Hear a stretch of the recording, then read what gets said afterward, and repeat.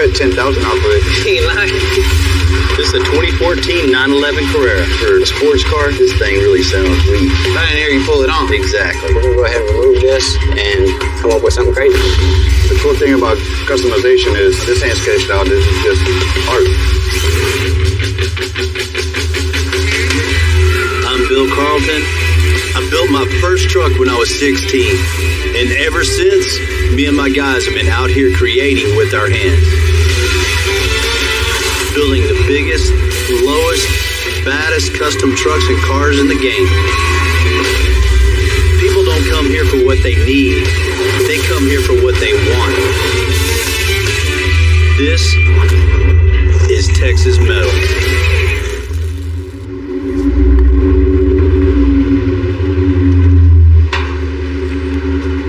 My dad bought this property in 1976.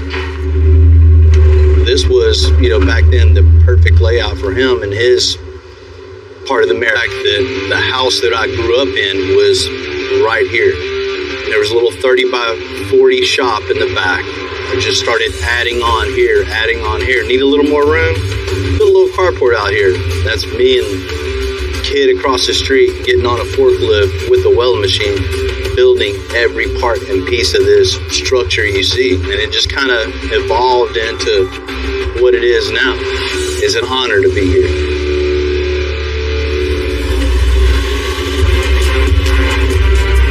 Today I'm getting a visit from a great guy named Justin.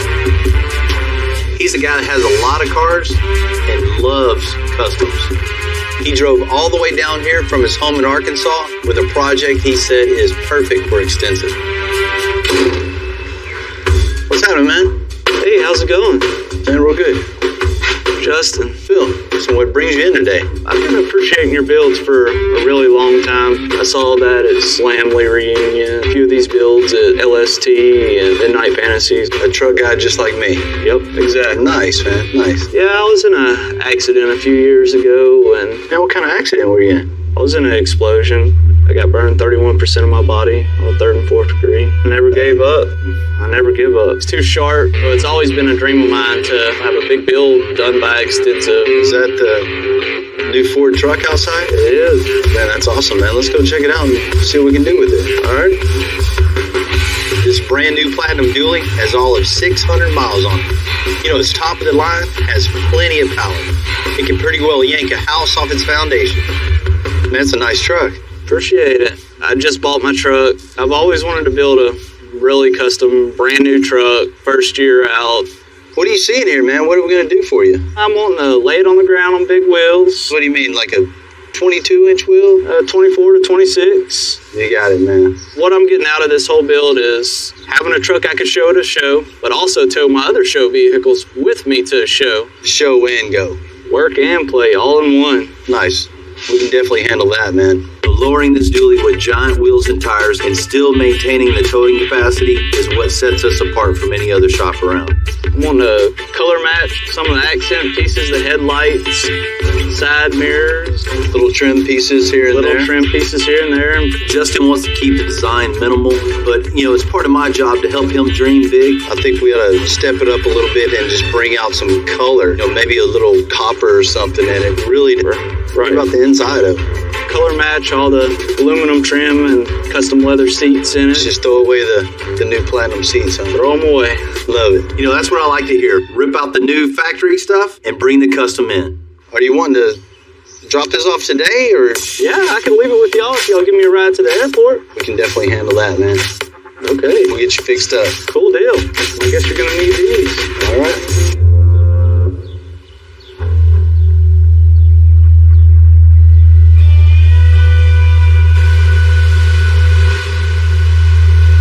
Third-generation welder. My grandpa was a welder, and my dad taught me how to weld right here on this property. My dad taught me how to get a feel for the way something should look. I don't use computers. Instead, I just kind of step back, look at the vehicle, and just kind of get a feel for the way the finished product should look. What you got? A truck? F-350. This is a guy from Arkansas, and this is his dream to have a truck built by us. Man, that's really cool. So what's the plan? So here's what I'm thinking. This truck will be the ultimate show and dirty work. Of course I want to drop it to the floor with an extensive made air suspension, 26-inch wheels and tires, with a custom hitch to pull whatever, whenever. So he has other show cars that he's going to tow East Coast to West Coast. That's extensive style, not losing towing capacity. We'll get him hooked up. We're going to throw out the brand new interior and go full custom. On the outside, we're going to paint copper accents, even inside the headlights. It's going to look awesome. So can I have those seat covers to put in my Dodge? For what? Have a Dodge Platinum. And nobody got a Dodge Platinum. What do these things look like underneath the hood? We gotta move a bunch of shit like usual? Man, I'm scared to pop the hood and see what's underneath it. Let's pop it open and see. See what we got. Oh man, that is a lot to move. This is a problem with working on new trucks.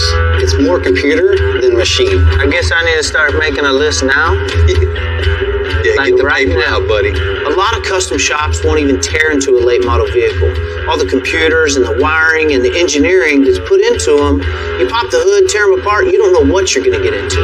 So let's get it in and get it tore apart.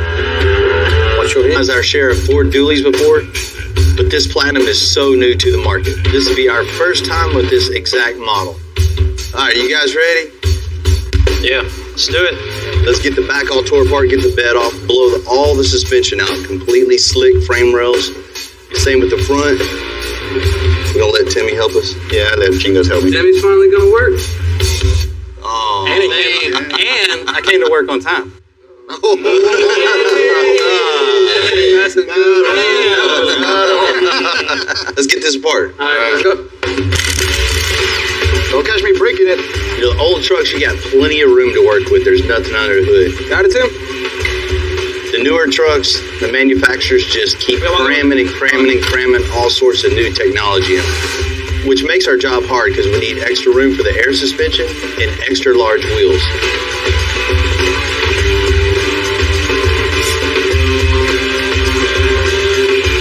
Right now, just trying to make a bunch of clearance. So we get here and get the cutting and welding. Take this off. Worst part about new trucks is all the wiring that we got to reroute to do everything. You mean you? I'm colorblind, so all in here, relocated, lengthened, moved to make room for the big wheel. What do we got left? So we can shove this up on top of the motor. This can go up. And just when you think you're making some room here, it's the same rat's nest over here of plugs and wires that we have to make room for over here. So all this has to be relocated too. All right, let's get this thing on the lift. Let's get the bed off. Then we'll make room for the rear end airbags and tires.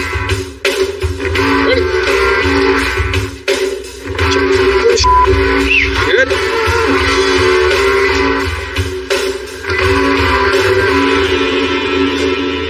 Man, this whole frame configuration now is definitely going to throw a whole wrench in our program. The setup we used to use ain't gonna work on this no more. No, it's not. Because the frame bends in, we need to design a one-of-a-kind 4-link on the inside of the frame. Man, we're going to have to come up with every part and piece individual for this truck.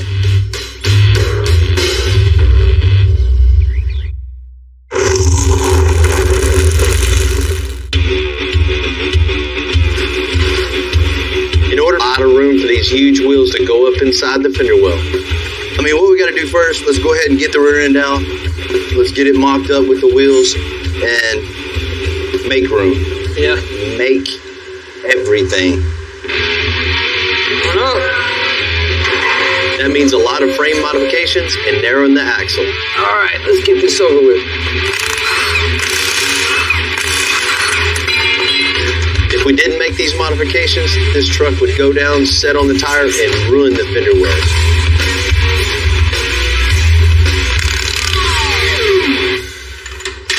Cool, man. You got the mock-up wheels ready to roll? Yeah. Let's take some measurements on this thing real quick. See how much we got to cut off of it.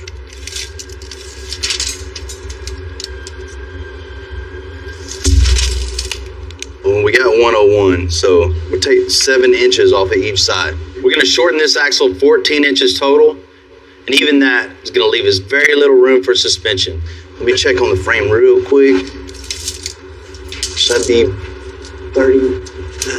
Woohoo! It'll be close. Real close. This is what happens when you go into uncharted territory. There's nothing but headaches and heartache. You know, cutting down the axle is very technical. It's a perfect job for Elu. He was a kid across the street, just kind of showed up from time to time. Here we are 12 years later.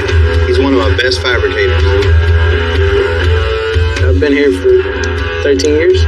First thing I started here was mowing the lawn. Now I'm taking apart this differential Super Duty, so it's kind of awesome. Good. Attack it.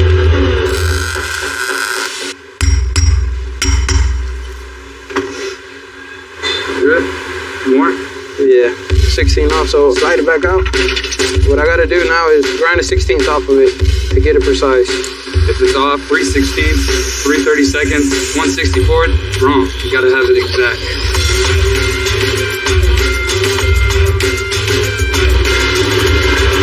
If you're gonna customize anything, there are no 2 days alike. You never know what's gonna pull into the parking lot at Extensive. From straight up boxes of rust to top of the line, we get them all.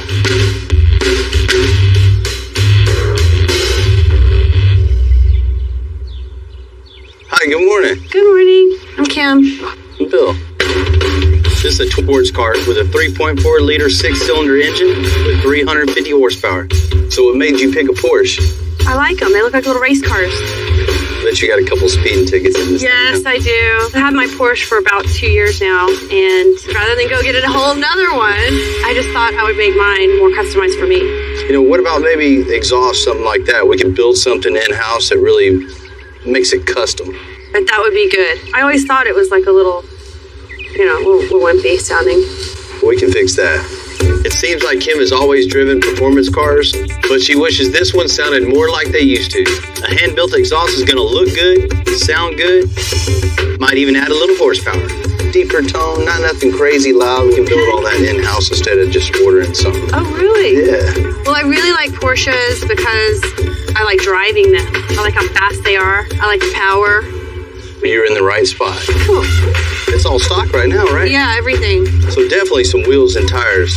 Maybe white and black wheels, something like White that. and black or white. All right. What about a wing on the back, something like that to really yes. set it apart from everybody else's? Yes, I like it a lot. Well, the roof's already black on this thing. Maybe if we put some color down onto the hood, maybe drop down a little, glossy black. Set it apart. Yeah, I like that. And you can always, at the end of all this, it's going to be like having a new car. It's going to even sound better. So it's probably going to make me want to go faster. I'm just going to have to really be careful now. Well, shoot, let's go inside, do some paperwork, and we'll get going. Okay, cool. Want to make this car stand out, look good, sound good, the whole package. This is an expensive car, so it needs to have a sexy, clean, expensive look. When you're customizing a car like this, you can go too far. You could put the wrong wheels, wrong tires, the wrong wing. It's the same as color matching with the wrong color. Just those little subtleties make a huge, huge improvement or a huge, huge disaster. That's a fine balancing line right there. Billy-o! More exotics. What's going on with it? A sports car, this thing really sounds weak. I didn't hear you pull it on. Exactly. We need a custom exhaust for this thing. Anything you buy aftermarket sound like crap. We need some hand-built exhaust. Nice little throaty sound and not too obnoxious, okay? Just put some 21s on this thing all the way around. Black and white wheel, I think it'll really set this thing off. All right? Let's just wrap the hood gloss black so it ties into the whole top of it. Put a little wing on the back, just nothing crazy, no big whale tail or anything like that. Just subtle and classy. All right, it's a high-end car. We want it to still have its sexy appeal. Okay, so I'm gonna get a hold to Ron. Get some wheels lined up. See what kind of time frame we're looking at. Get this wrap all lined up. Get a spoiler, wing, something subtle and classy. And then get that phone number from you so I can stay in tune with Kim. That ain't gonna happen. Man.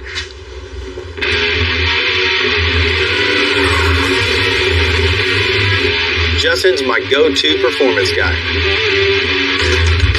He's gonna pull the old exhaust out and make something special.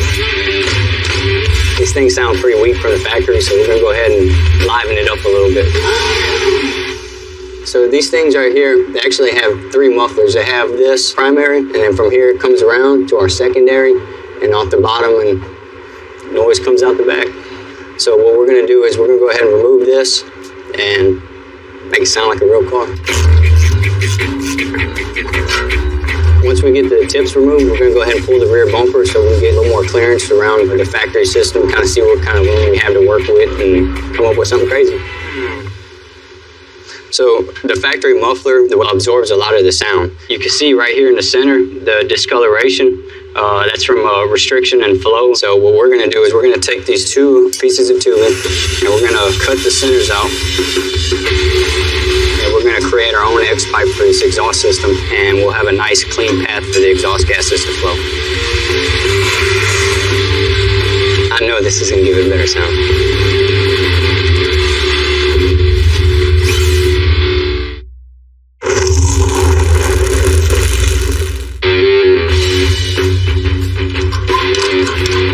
Justin's making a custom exhaust for Kim's 2014 Porsche 911. It's starting to take shape. I can't wait to hear it. We're blocking off all the ends, and we're going to run argon gas through the inside of the tubing as a back purge to keep it from sugaring up so that we get a better quality weld. One of the reasons we chose this design right here with the X-pipe is because the factory bumper is going to stop right here. So from the rear of the car, you should be able to get a nice view of the custom exhaust system. So when it's going down the road and it sounded so good, you'll be able to see why.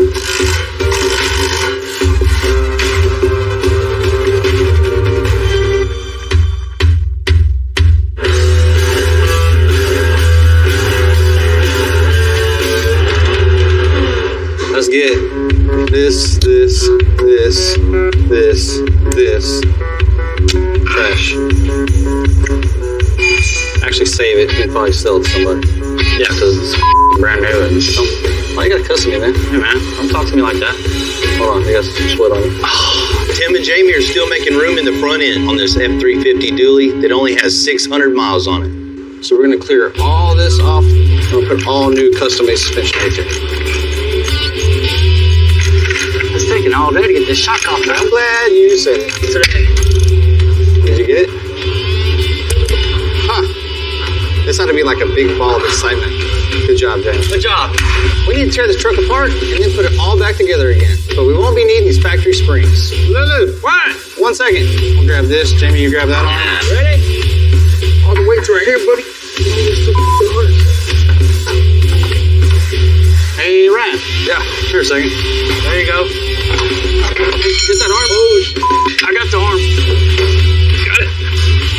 Push her down. Push her down. Boom. Done. Much of fortune, cutting, and slag just falling off, burning Jamie in the feet.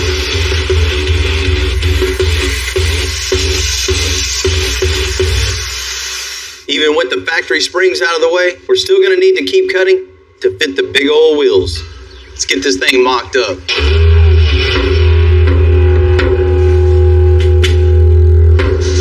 It's pretty close. Man, just see right off the bat, the wheel is gonna come all the way up to about here with all the air deflated. So all this has to get completely cut. Even the firewall, the wiring harness, all the hoses, everything is in the way. Yeah. It's not every day you get to cut into the fender structure of a brand new truck. But you know, it's one of the things I love about this job. Get that all chopped out, just bottom it out, and make sure it's the right height. Yeah, that's good. I know this looks crazy, taking this brand new truck and cutting out all the inner fender structure. You're right.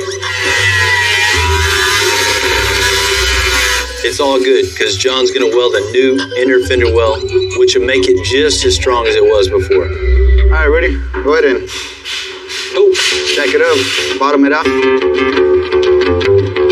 How we looking, John? Looking good. So far, so good. We'll make the cut on the other side, and then we'll build out the air suspension. At least we know it all fit. Barely. Man, people gonna freak out once they see this big old wheel tucking under this $80,000 truck, huh? Hell yeah. I think I just cut 10,000 off of it. Ain't lying.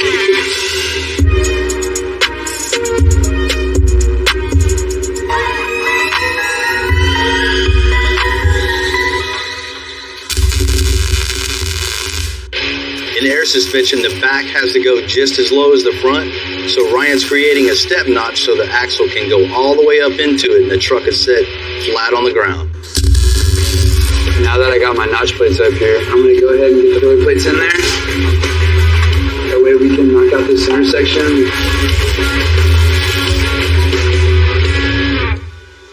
You know, a lot of people just cut a notch in the frame, call it good, super unsafe. We're going to build a step notch from scratch, make this frame stronger than it ever was from the factory. Now all that's welded. I'm about to void all warranties.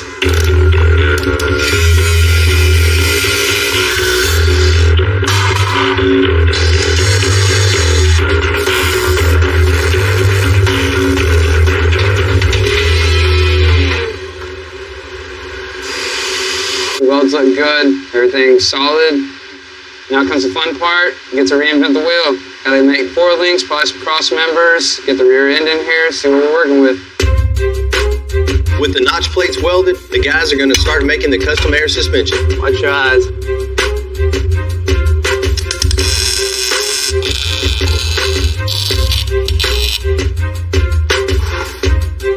At this point, the air is deflated out of the bag, which will have the truck laid out on the frame at its lowest point. Whenever we inflate the bag with air, the suspension is going to drop, which will raise the truck off the ground to its ride height, where you have a comfortable riding position. Hey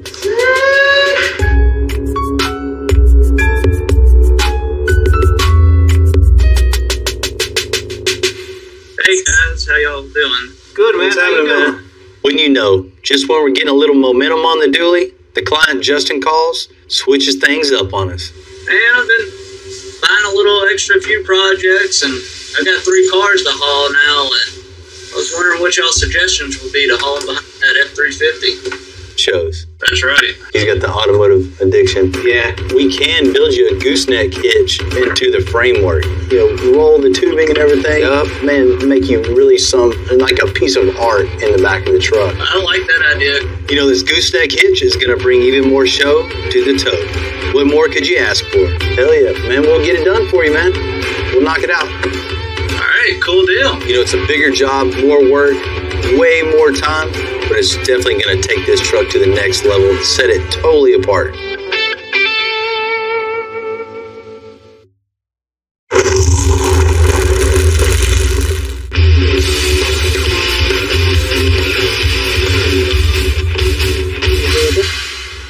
You got the 4-lane going? Good, good. Yes, sir. Crossbar bent. Everything looks good, but we got a little change. What's that, Bill? Tube work we're already put in. We got to cut that off. On a huge job like this 2017 Platinum truck, it's never easy to get a last-minute change up from the client unless it makes the build even better.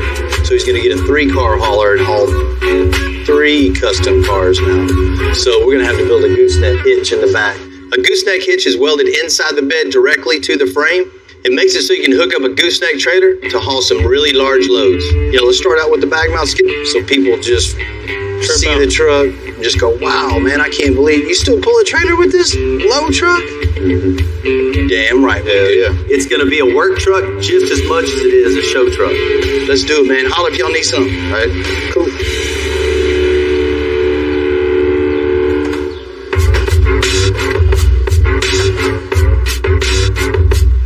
Everything's gonna fit. That way we can work around where this gooseneck ball needs to go. You know, I trust John to see my vision through. He'll You'll start bracing it with tubes to make it look like a sculpture, but also give it lots of strength. You know, I like to combine form and function on every project we have. What good is a dually if you can't tow anything with it? What you thinking about back here? We can go ahead and cut that out. Gotcha.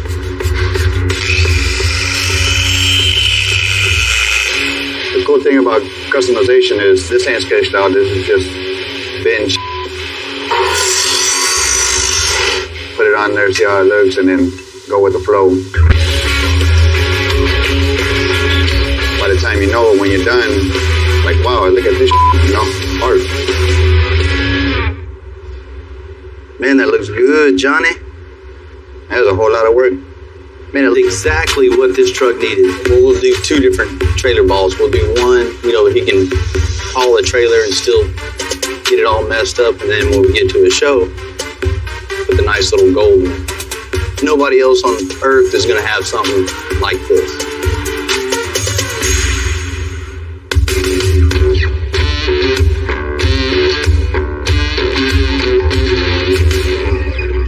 Kim's 2014 Porsche 911 sounds great.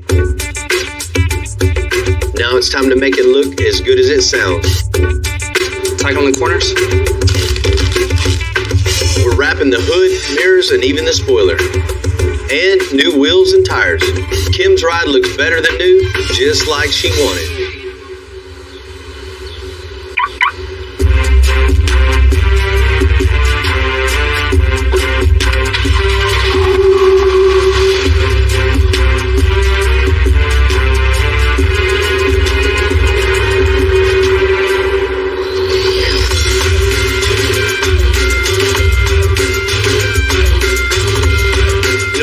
Car club here in Houston that meets every Sunday. I figured it's a perfect place to give Kim her car and even meet some new friends. This is really cool. You can definitely fit in with all these nice cars here. Okay, cool. You ready to see it? Yes, I'm dying to see my car. Bring it on. Oh my God! Wow, it's clean. It is so fine. Cooler than I ever thought.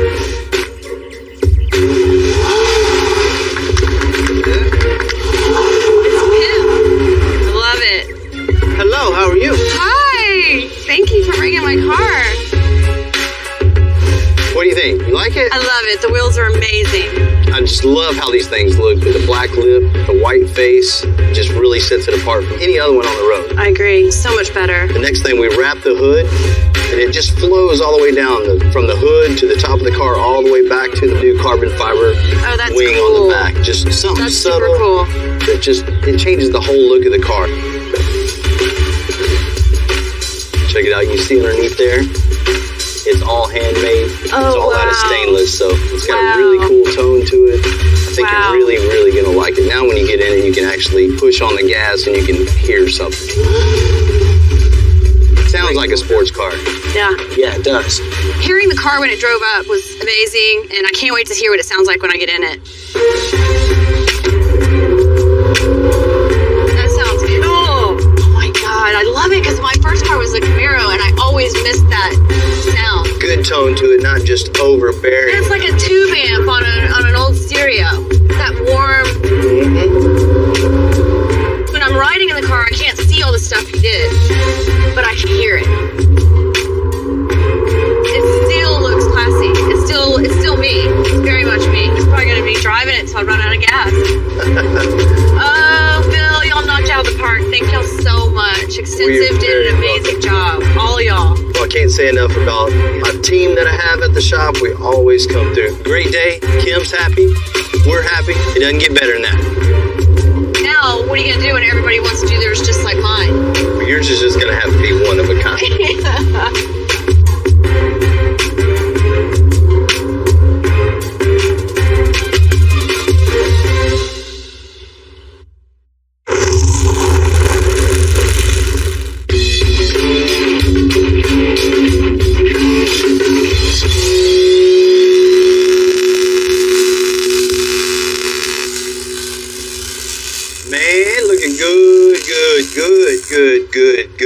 Good. All the custom suspension on Justin's 2017 F350.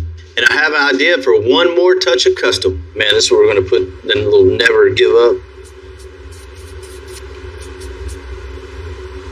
Maybe even put gold letters on it. Yeah. You know, to match all the rest of the gold in the truck, man. A plaque to commemorate Justin's road to recovery. Rudy had cut it out on plasma, then we'll emboss it with the words never give up.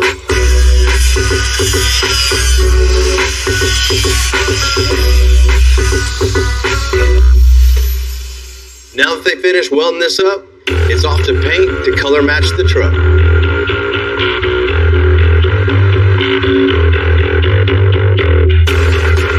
It'd be a crime to hide this hitch under the bed, so Ely was going to make an opening in the bed for the world to see. Got the measurements all measured out on the floor of the F350 bed. I'm going to end up cutting it out for the notch.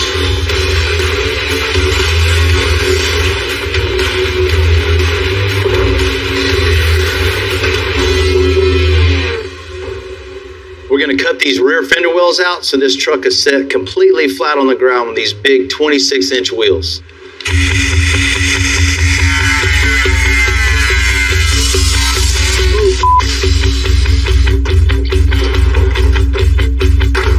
Got that cut out. Now that I have cut everything out of the bed, now I have to make these new fenders fit from scratch. Hey, buddy. I got a job for you, Jesse. Easy or hard? Depends on you. In order to make the wheel well wider, Jesse's taking up the aluminum pieces together. TIGGing is the best way to weld aluminum because it's the purest weld there is.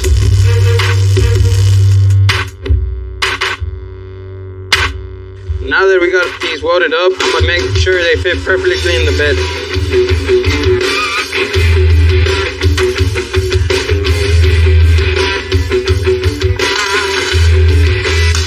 How you going, Lulu? Yeah, just finished it up. Go ahead and put it on the truck and check it out. Make sure everything fits, then we'll pull it back off and finish welding and do everything. All right, then. Finalize. Cool.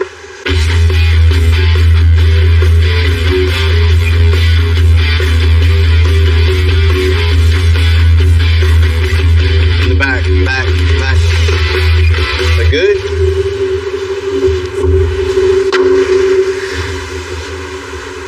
It looks really, really good, man. Man, it looks badass.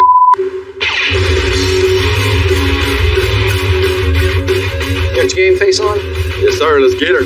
I asked our interior guys, John and Heath, to make it official. It's time to replace those new seats with something custom.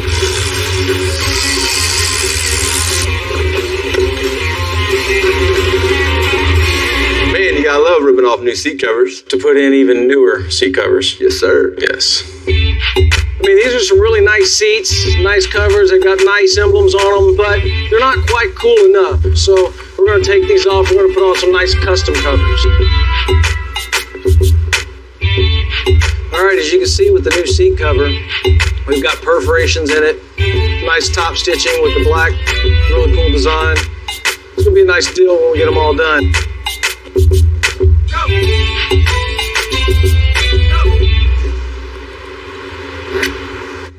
Well, getting rid of the expensive ass platinum covers didn't make them any lighter. No, it's still a little bit heavy. Hey, look at that. Made it in without scratching them expensive ass platinum seats. And put in these expensive ass Elite seats. I like the way they're sculpted, though. This is going to finish it off right here. Yes, sir. I think we are done. You know what that means? Taco time. Taco time. Let's roll.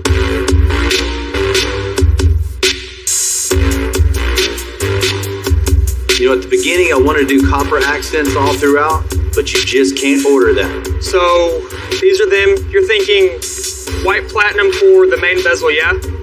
Right, yeah, right inside here. Transparent gold right here, and all the rest here. Okay. You know, white. Perfect. Kristen is taking off the outer bracket right there. then from there, what we're gonna do, we're just gonna cut along the edge. This looks like a really easy job. It's not. If you get some random guy messing with your lights, that leads to potentially fogging up or the paint not being done properly. The last thing you want to do is have a $100,000 truck and then the very front centerpiece of the truck, the headlights being messed up. After removing the chrome pieces from the lights, they de-chromed them with a special chemical. We'll just let it do its thing for a minute. All chrome before. They color match some of the pieces to match the white on the truck. And others rose gold. Oh, damn. That looks sick. It's gonna be wild.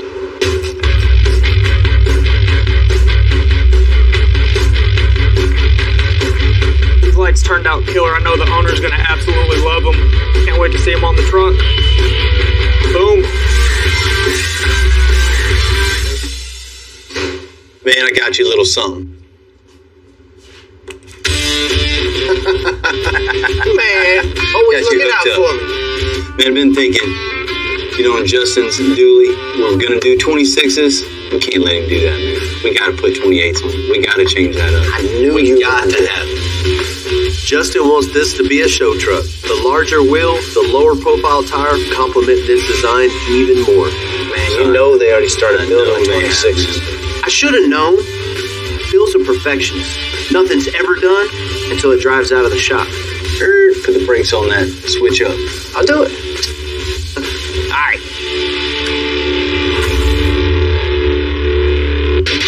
Turned 16, my dad bought me my first truck. He got me my first Silverado.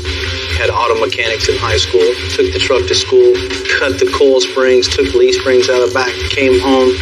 The thing sitting real low to the ground. I thought he was going to kill me. He took it to a mechanic, made them put it back to stock, and took that away from me for 6 months. Thought I was crazy. That's when, my friends wanted me to work on their cars to me, and they just kind of evolved into a business. Grinding, welding, cutting, and thousands of cars later, here we are. Never in my wildest dreams would have ever thought that I'd be here, talking to you about how we got here.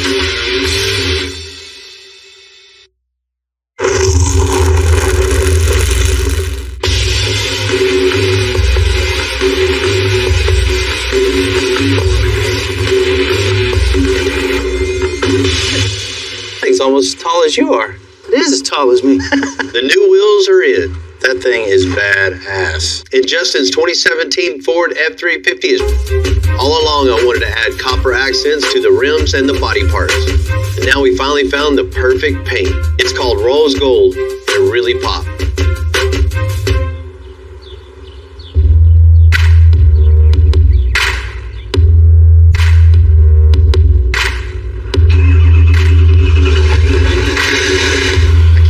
His reaction when he sees this thing, because Justin wants to show and tow with this truck. We're out here today, Texas Strong Car Show. What better place to show Justin his truck? There should be a ton of great custom cars there, even a few from Extensive. Man, Justin, thank you for coming out, man. How's it going, brother? I know you've been waiting quite a while. I know when you came to Extensive, you had a few things on your list. Well, we took those things, we built upon them, and we really built you a bad truck. So you're saying, I have a truck here, built by you, Extensive, and it's sick. Man, no doubt. I'm super excited to see it. You ready to check it out? I'm ready to check it out. Let's do it, man.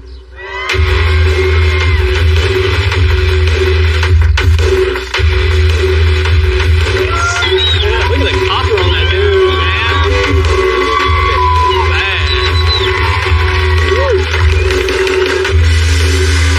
I love that. That was one. That's exactly what I wanted. When I first saw my truck come out, I was just jaw dropped, amazed. Check it out, Justin. One of a kind. We got new grill. You can see killed it on that. Right. I mean, the headlights have been totally blown apart, sprayed for you, put back together. There's not another set like this. This is especially built for you. And of course, you can't miss the huge 20 wheels. I mean, these are all handmade, especially for this truck. There ain't another truck like this with 28s on it laying on the ground. The factory suspension, we threw it away. This is all handmade. A lot of cutting and modifying to get that huge 28-inch wheel in there. We had to move reservoirs and extend wiring harnesses, move fuse boxes. A lot of engineering went into that to get that big Batteries, air box. It looks good. Endless. It looks sick, actually. So you got rid of the platinum seats? Yeah, man. Totally blew this thing apart. You know, color match all inside. I know you wanted to bring some color inside. Interior's amazing. Really ties everything in. Even to the back. You had a bumper pull trailer. You switched up on us on the mid-build. I did. Had to have a gooseneck hitch, right? Right. You know, John, the guys at the shop, got down on this. Right. That is a few weeks worth of work just in that right there. That thing will hold a ton of weight. Right. You can put 4 cars on there if you want. They'll pull it, no problem. It looks really sick. All the tubing work on the gooseneck was amazing. You know, I'll be able to tow a big trailer with it. Made a little something special back here in the back, man. And that says never give up, Bill. Yeah. When I saw never give up on the gooseneck, I was just struck because I didn't expect to see that on the truck at all, and I'm really, really happy with it. And that's amazing. We made that for you, man, and that's just something for everybody else to see, the struggle that you went through, right? You know, where you're at in your life, and right, we're happy to build this for you. I love it. Awesome. Just can't wait to drive it. You're part of us now, man. Pull it up with the rest of them. Appreciate it. I wanted an extensive build for about 20 years. When the truck came out, you know, it was a starstruck reality that I actually own one now. It is awesome for us to be able to. I want to thank Bill with Extensive and all his guys for the hard work. They never gave up, like my motto, and I'm really, really happy with it. If I would have hit a bump, this could have easily fallen off. Bumper to bumper, it's all 100% built right here in the shop. 2011 F350 dually. What's up, bro? Man, I can't believe you still been riding around like this, man. Come overdue, right? Ooh, wait. What we got here? Come on, Heath, let's check it out. Damn. I'm Bill Carlton. I built my first truck when I was 16. And ever since, me and my guys have been out here creating with our hands. Building the biggest, lowest, baddest custom trucks and cars in the game. People don't come here for what they need. They come here for what they want. This is Texas Metal.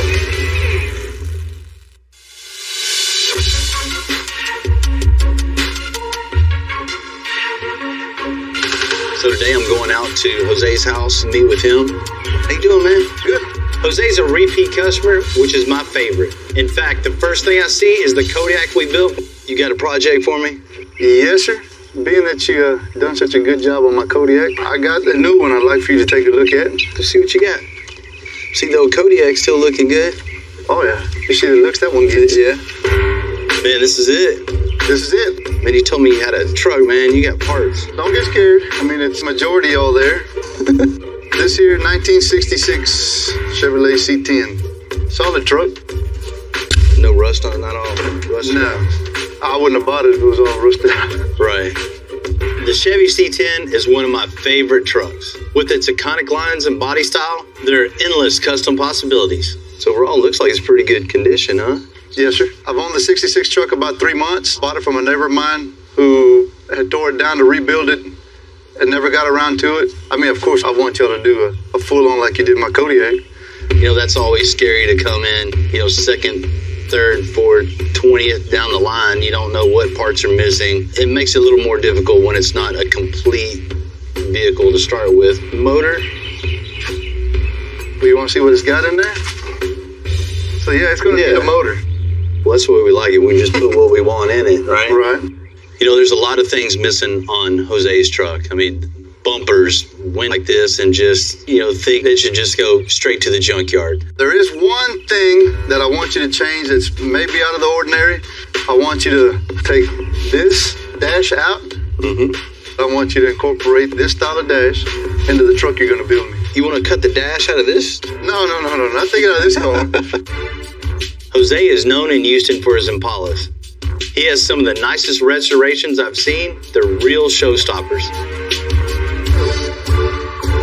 We'll get another one, but this dash in that just truck. Impala feel. Yes. And then we're going to paint the style of trim off the Impala on the sides. This style.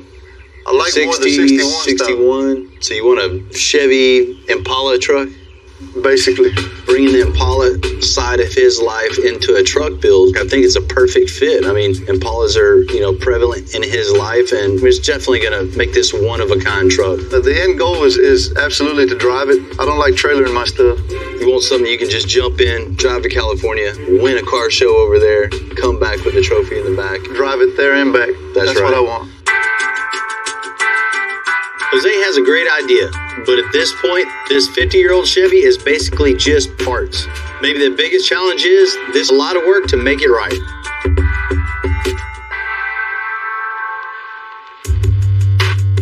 I can't even tell you how many C10s we built at Extensive, more than I can remember. So I love combining the best of two classics, the distinctive body design of a C10 and the style and flair of an Impala. The key is making it seamless, so you can't tell where one ends and the other begins. Man, I like these trucks. This thing's cool. Good looking truck. Ooh, what we got?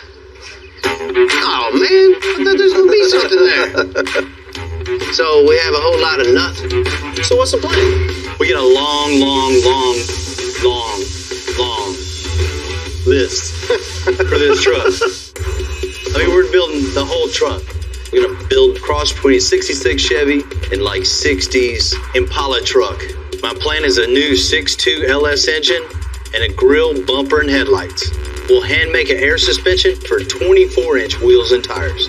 On the inside, we'll swap out that old dash with an actual 60s Impala dash, and we'll build one-of-a-kind interior, door panels, console, and seats. You know, the cool part is C10s are so popular. There's so much readily available. Thanks, man. You just jinxed that for us. I did not. All right. Finally, we'll give this truck a full paint job and airbrush and Impala trim down the sides.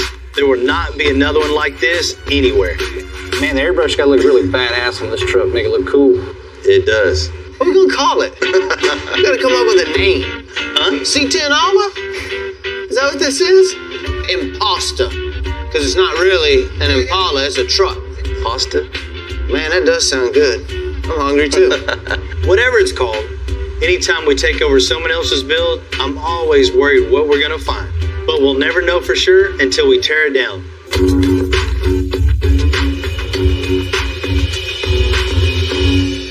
it, man. You ready to do this? I guess. Let's just get it on the lift and take it apart. Start cutting. Grab that side of the hood. Let's pull it out. Put it on top of here for now. Pull it up. Before we get it back up, let's get the glass out. Pull the bed, pull the rear end, then we'll cut the frame. All right.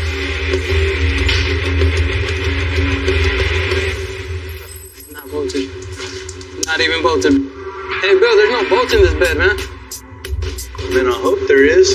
Then hauled it on a wrecker over here. For real, it's not bolted down. Check it out. On the back or on this side.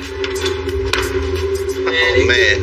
More often than not, when we get vehicles from other shops, there's been corners cut. And those can be dangerous corners. Oh. Hey, made it here, so. Good thing it didn't on 59. If I would have hit a bump, this could have easily fallen off. We got lucky. What's the plan, Bill? Roll it as far as we can and take the bed off. Help us take the bed off real quick.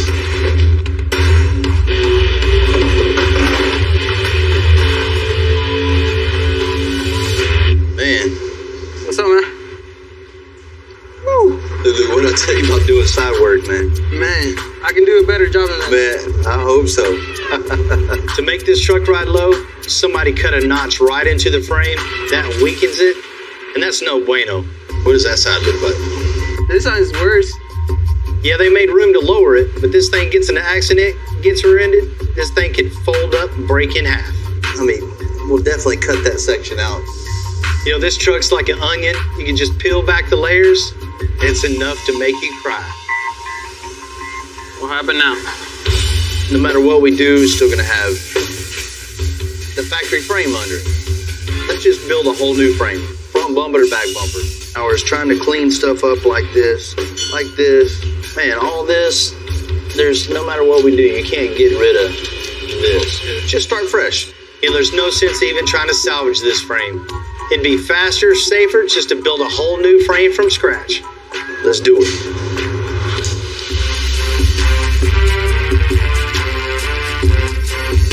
I built at least 60 custom frames over the years.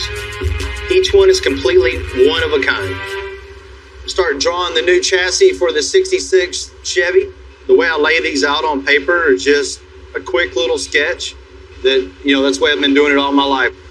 Bumper to bumper, it's all 100% built right here in the shop. Cool, man. Now we got all these measurements. Let's transfer them to the table. Once we have everything transferred to the table, you can start cutting the pieces, man. Cool. Little jigsaw puzzle, right? Building a custom frame that's the first thing you do when you're building a custom car. Everything 100% level, true, square. We'll go from 2x4 here, the main tube, up to 2x3. There's no compromises and something like that. I mean, this is the whole foundation for the whole vehicle. So this has to be absolutely perfect. You're gonna make two like that, 90 degrees. All right. And Perfect. And once. Right. All right, man. All right, holla if you need me. Bill basically got all the templates cut out, all my measurements and everything. So what I'm going to do is cut everything in doubles on our saw. I need to go ahead and hurry up and get this done properly. Bill's a perfectionist. He expects a lot out of me, so I need to do a good job.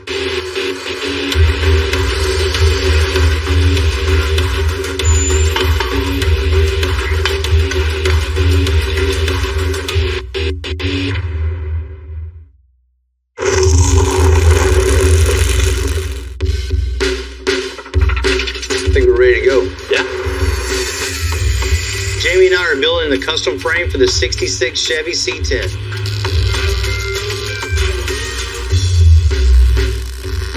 The major advantage of building a full chassis is just rigidity, the looks. This is stronger now, this custom frame, than the factory frame, you know, ever imagined to be. Just get it squared real quick. 126 and a half. Ready? Yeah. 126 and an eighth. On the frame, we're dealing with less than 1/16 inch tolerance. This thing needs to be exact. Our name is on the and 5/16. The tape measure is crooked where you're holding it. There you go. That's it, man. It looks good, man. Now to mock up the positioning of the axle. All right, ready? Yep. Alright. Got a little weight to it. You know, it all works together. The position of the axle dictates where we install the air suspension, which creates the stance of the truck. Let me scoot it back a little bit and we'll get a center line where to start from. Okay. You scoot back or what? Yeah, I'm good right here. On a job like this, we like to use 1.25" Schedule 40 pipe to make the frame more rigid. And it's not just function. I like that it gives it a unique look. Man, it's pretty close, a little step closer. You know, we're just gonna keep adding pipes and weld it to the frame and turn it into a work of art. By the time we're done with this, there's gonna be probably 85 to 100 feet of just rolled pipe just to make this over the top. You know, most people just build frame rails front to back, just bare minimal. What I like doing is just creating something totally different, something nobody's ever seen before. Damn, that looks good. Yeah?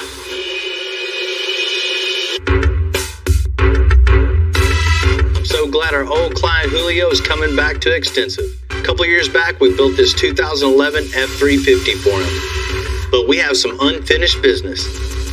What's up, man? What's up, bro? How you been? Man, all right. Yeah? Good to see you, good to see you. Man, the old thing's still looking good. Yeah, it's running real good, man. I acquired the 2000 F350 about 2 years ago, and I immediately brought it to Extensive to get the suspension done.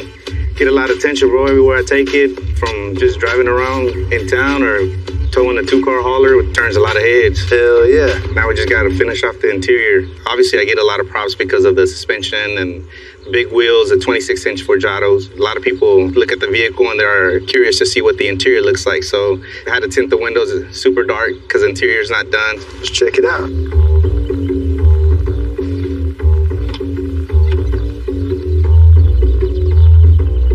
Yeah, man. I'm overdue, right? Man, I can't believe you've still been riding around like this, man. Come on. We're past due. Not everyone has the time and the money to do it all at once. It's pretty common to finish these builds in stages. Man, we need to make the inside of this look just as good, better than the outside. Right? Man, I love that flowing console. You know, definitely cover the seats. You know, headliner, build new door panels. I'm all for it. I know Bill and the crew here at Extensive Metalworks are going to do a great job, so I'm looking forward to it. Let's go get you hooked up. Let's do it. I know you want some crazy stereo in there, too. Let's make it happen.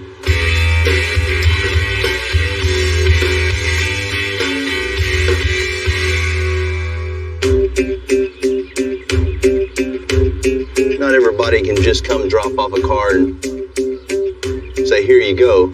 Let me know how much I owe you at the end. You know, sometimes you get projects in that come in stages. And here we are with Julio's truck. Man, he's in for the last little stage of his build. Been a long time coming, as you can see. It's well worn. So we're going to get him hooked up.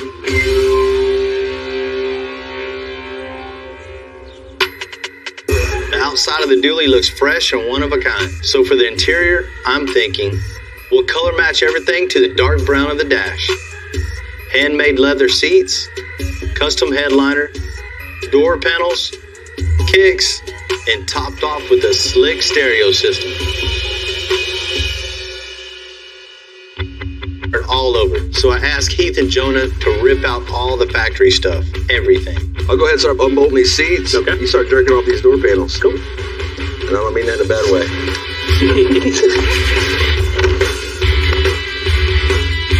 This truck started out as a work truck. The interior's just torn up from daily use. But that's cool. You're not going to be able to recognize it when we're done. You got her. Ta-da!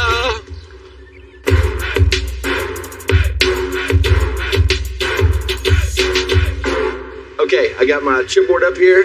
It's going to be a template for our console that's going to actually flow right into our wraparound. To do that, I need to make a template first that matches all the way to the dash. And then I'm going to cut it out of some 1/2-inch MDF. We're going to do a process called kerfing, which will allow me to fold the wood, basically bend it, to get our nice little curves that we need.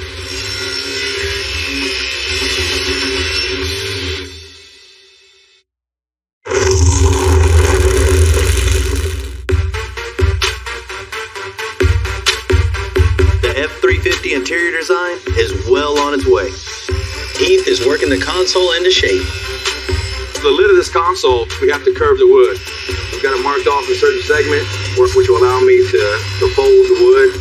We cut it almost all the way through, leaves a thin layer on top, which keeps it attached, but allows you to curve it. Okay, we got all our kerfing done. As you can see, we got our shape. It's gonna curve just like we want to follow the curve of the console. So now I gotta attach it to my sides that I already made, body work it out, make it look cool.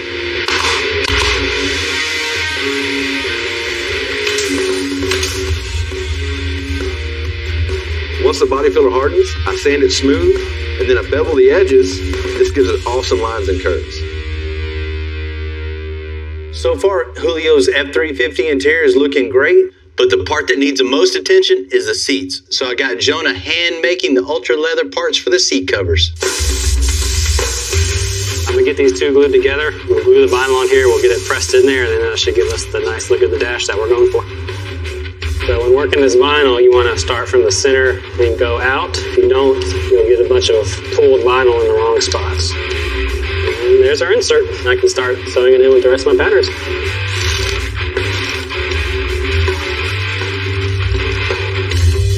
All right, now I have this thing all sewn together, we're gonna slip it on here and it should fit first try. Fits nice. With the new frame on Jose's 66 C10 built, it's time to start thinking about what's going under the hood. Jose picked his own engine and it just arrived at the shop. What kind of motor is this, man? 6.2 out of Escalade. Build or stock? No, this is stock, man. But it comes with 400 horsepower stock, so it should be good to go. Hell yeah. She's yours now. Man, that ain't what I want to see. Jose didn't tell me he's got a 6-speed. I knew Jose was getting the 6.2, but the 6-speed is way bigger than I expected. It's 16 inches. Man, there's no way that's going to fit underneath there. You got to cut a huge hole in the tunnel to make room for this thing. If stuff like this didn't happen, I wouldn't have nothing to do. Well, in that case, you can cut the tunnel out. Great. Our only choice is cutting a hole in the floor and making it fit. Hey, close the door.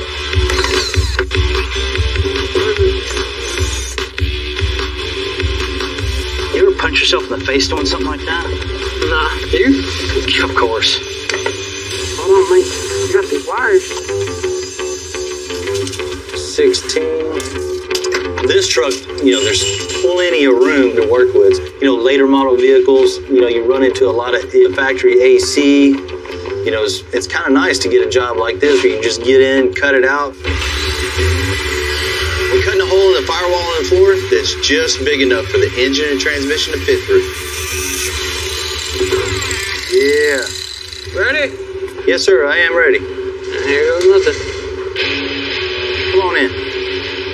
Pick up right here. Pick up more. We're going to check to see if our measurements were correct.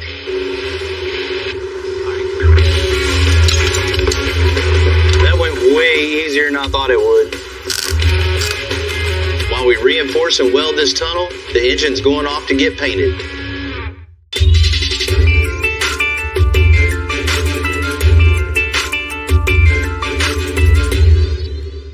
Jose's really into the Impalas. He has a couple of them at his house. So what we're going to do on this truck is keep the Impala theme. So to take it over the top, we're going to cut this dash out and put an Impala dash in this truck.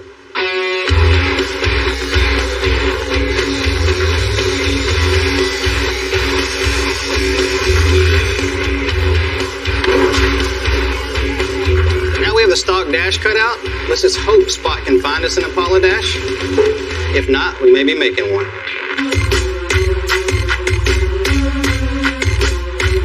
So today, I'm out hunting a 1960s Impala Dash. Luckily, Houston has one of the largest Impala communities, and one of the best places anywhere is run by my boy Bruce. What's up, brother? Doing all right. He does some truly top-notch restorations himself, and usually has whatever Impala parts you need. What you looking for today? Man, I'm looking for some parts. Impala parts, I hope. For sure. Specifically one thing. Dash. But for a truck. Oh, a truck?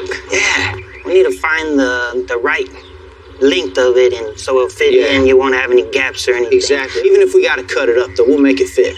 Perfect. Man, you always got all the cool stuff. My organized mess. There you go. All right. Here's some of what I got. How about this one? Man, that is badass. Only thing is, I was hoping that you had the whole dash, cut out around the windshield. If this won't work, I have a couple full dashes I could let you check out. Watch your step. This one is out of a 5960 Impala. All the gauges are complete. It has the radio, the glove box. Looking for? I guess the only thing is to talk about is price. With 400 by it? For a bill, I'll do it for 400. Man, bet. Appreciate it. Let's load it up. Thank you, brother. I'll come back talk to you soon. Go, take it easy. Bruce gave us a smoking deal on this dash. It's got a little bit of rust, but I think it's going to look perfect in this C10 truck.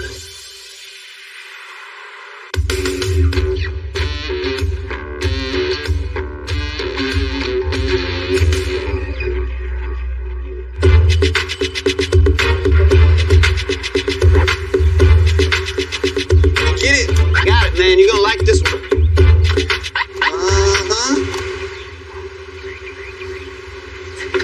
It's clean. The bottom ain't. Minus the rust. We're going to cut that off anyway. Bruce came through, huh? Man, it's the nicest one he had. You probably had 5 or 6 of them laying around. Look at that. Quite a few, man. Pieces and parts, everything. Man, that thing's gonna look good in there. But let's get in the truck. Check it out. Yeah, the dash is better than I expected. The question is, how are we going to fit it in this truck?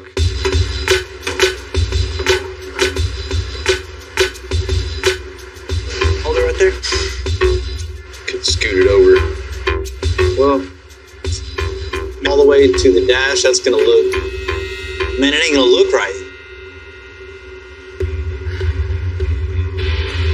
Man, if you center this up, man, the radio and everything is gonna look offset. It's gonna look out of whack. We knew this wasn't gonna be an easy fit. The Impala dash is shorter than the C10 body, so it definitely doesn't look right. This ain't gonna work. Of course, it wouldn't be that easy.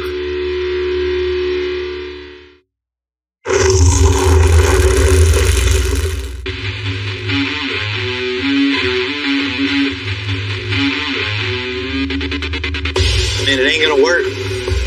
Anytime you try to install a part out of a different vehicle, like we're doing with this 66 C10, you know you're gonna have some issues. You got your 2 buckets, you got your nice console that goes all the way up to the dash. See how it's not symmetrical there? It's all pushed over. It's gonna look just out of whack. Man, we're gonna have to cut it. We're gonna have to cut it and split it down the middle to make it symmetrical. So let's split it right down the middle, right around the radio bezel and straight down right there. And then we'll move this whole side over and then we'll add a little section right in it. It's gonna look good. We'll make it look good. That's how it is around here. The big bills and the...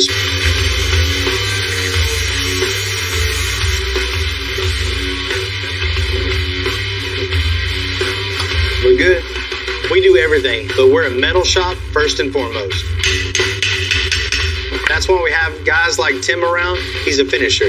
He gets the job done. Now we have a dash cut apart. We need to fill these pieces back in with some sheet metal. The way we'll do that, we'll usually overcut it. If you cut it a little bit bigger, trace it back with a pen. You can use your snips for a real precise cut. And when you go to fill it in, the metal butts up really well. And it's easier to weld back together. This way, the body guys won't have to use as much filler to make the body completely smooth.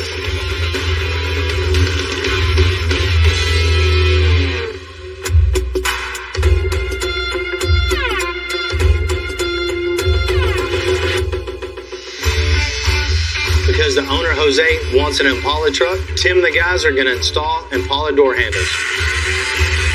We took the whole Impala handle, and this sheet metal already has an indention and indention where it fits real good. We're going to cut out this Impala door handle out of an existing Impala door, and Fernando's going to fit it into the Chevy truck.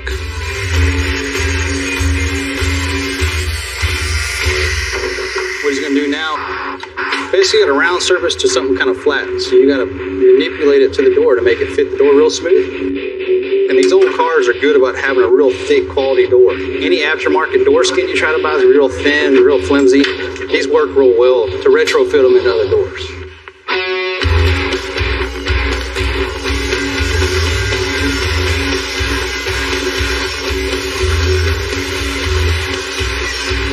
So now what we'll do is get this cleaned off real well, and then they'll come back and start laying some body wear and this primer, and we'll be on the paint.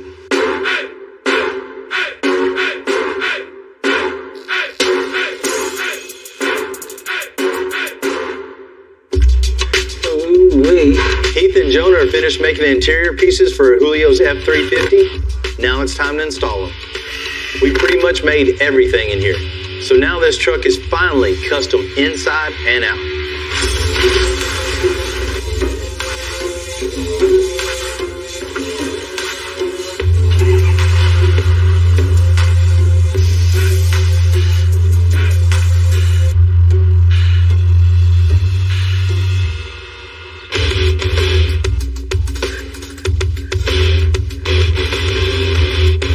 Place with him and his boys all hanging out to show him his new interior. Julio, I know we've been friends for a long time. You've been a great customer. Man, I know you've been going to the shows, Julio. Pull up in the dually, looking good, but with your dark ass windows. So it's been terrible having to go to shows in the dually and not being able to show the inside. I mean, for a while, it's kind of embarrassed. Even my guys are always giving me a hard time. So I'm anxious to see what Bill and the guys have come up with. I'm ready to see it. Where's it at? Let's give my boy Heath to bring it around.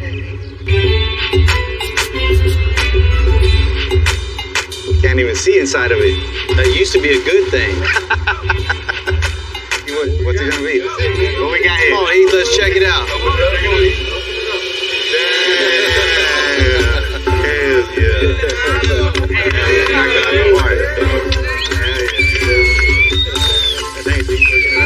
What you guys think, huh? Yeah. Look at that. Really nice. So wow, it was crazy whenever Heath pulled up and opened that door, just seeing my interior is phenomenal. Man, my guys, Heath, Jonah, they just kick ass on every project, no matter what it is. The hard part about this truck was making the inside look as good as the outside. It's got a good, elegant, but tough feel to it, man. I hope you dig it, brother. I love it, man. Man, you know, the wrap around to the back, it just hugs you when you sit in it, man. It just is super comfortable. I mean, even to the door panels, you see just completely sculpted, all handmade by this man right here. They're just stylish and really loud. I mean, there's a lot of power in this thing. There's 3,000 watts in this truck. Damn. 10-inch sub that just, you feel it. Yeah, I'm really happy the way it came out. Can't thank you guys enough, man. Hell yeah. Now the truck's really complete. Almost. What do you mean? I'm gonna pull this tin off now. You know, Julio's not gonna have any problems having to, you know, be embarrassed of having the door shut at the show anymore. You did a badass job, bro. Thank you, man. Look forward to doing plenty of business together, man. Hell yeah.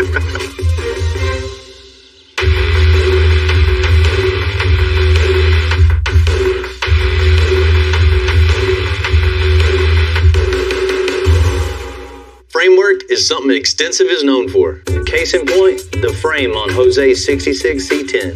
But that's no good hidden, so I'd asked Rudy to make a trap door in the bed. With the flip of a switch, that electric actuator will lift up and show off that frame. So we got these hinges here. Once we get these bolted, so once the truck lays out, the door will open, and you'll be able to see the whole custom frame we've done. I'm gonna have to modify it. This bar doesn't want to sit into place where it needs to be. I'm gonna have to modify the hinges here.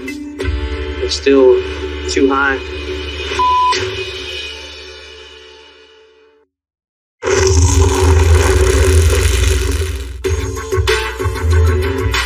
Whenever you're fabricating a custom part, like Jose's trapdoor on the 66 C10, there's always a lot of cutting and welding to get it just right. Rudy's got to modify those hinges so it'll lift that bed smoothly.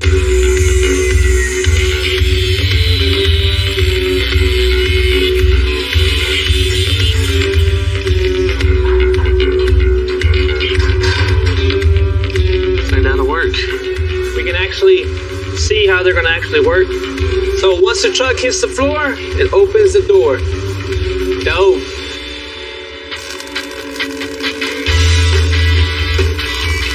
Hinges are all welded up to the frame.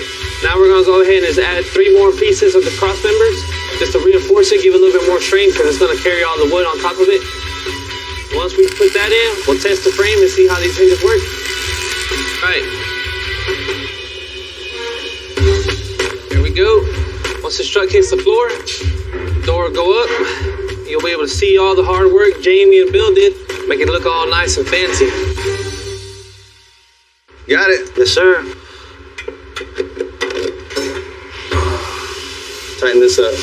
Right now, we're just mocking up the last little bit of the suspension, just the upper control arm mounts. Once we have those in place, the next step, building the bag mount, shock mounts, then the suspension is totally done. Looks good right there. Crank it up. All right.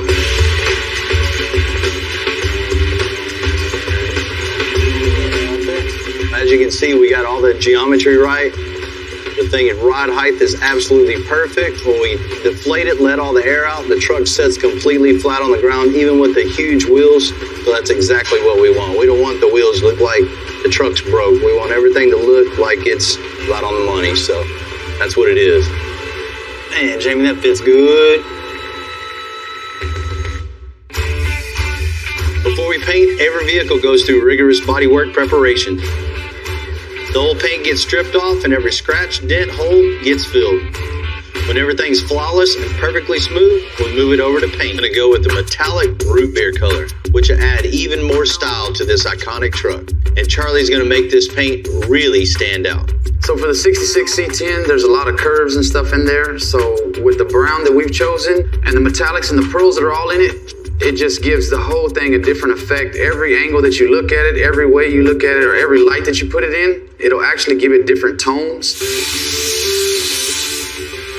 So when you're spraying paint, a lot of these guys, that's their number one deal where they fail. You know, you can't just point a gun and think that it's gonna cover everything. You know, every angle that the panel has, your fan needs to be facing that panel so that way you get maximum coverage on everything. So you don't have dry spots in it, clouds in it, or anything like that. You know, Jose's gonna take this truck to a lot of different big shows. Everybody's gonna have this truck under the finest microscope. So everything on this truck has to be perfect.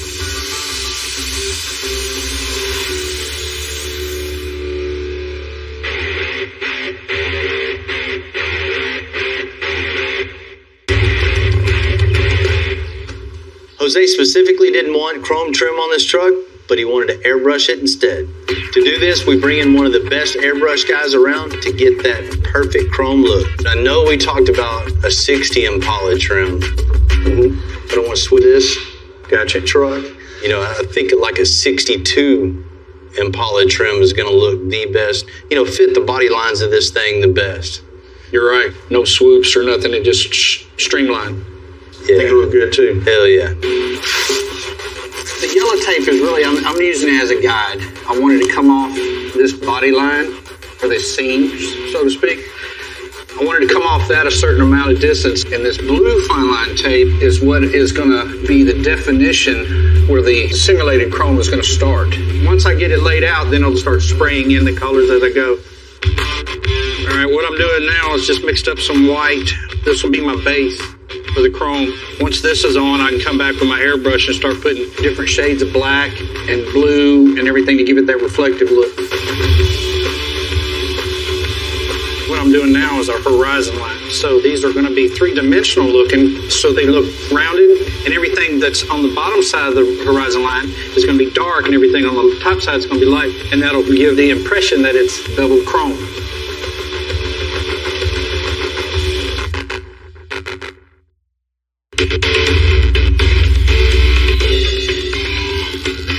I've been a junkyard kid. Basically, I grew up around hot rods. I was helping my dad in the garage, and it's pretty much what I was born to do. So here at Extensive, I'm a welder fabricator. Basically, anything Bill needs to have handled, he'll put me on a job, and I'll complete the task. I've been here for about 4 years now. It's been quite a learning experience since I've been here. Every time I work with Bill, I learn something new. I couldn't ask to work with anybody smarter or better than those about fabrication, welding, or air suspension, period. When I had a chance to come work here, I jumped right on it. I told him basically I could build a space shuttle, and made him laugh. Packed my stuff in garbage bags within an hour and was on the road heading to Houston to come work at this shop.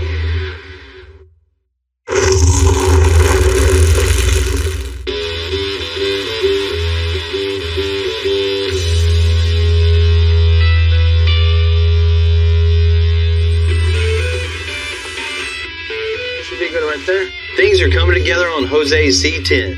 To make the truck pop under the hood, I've had the frame powder coated and parts of the engine polished. Now we're marrying them together.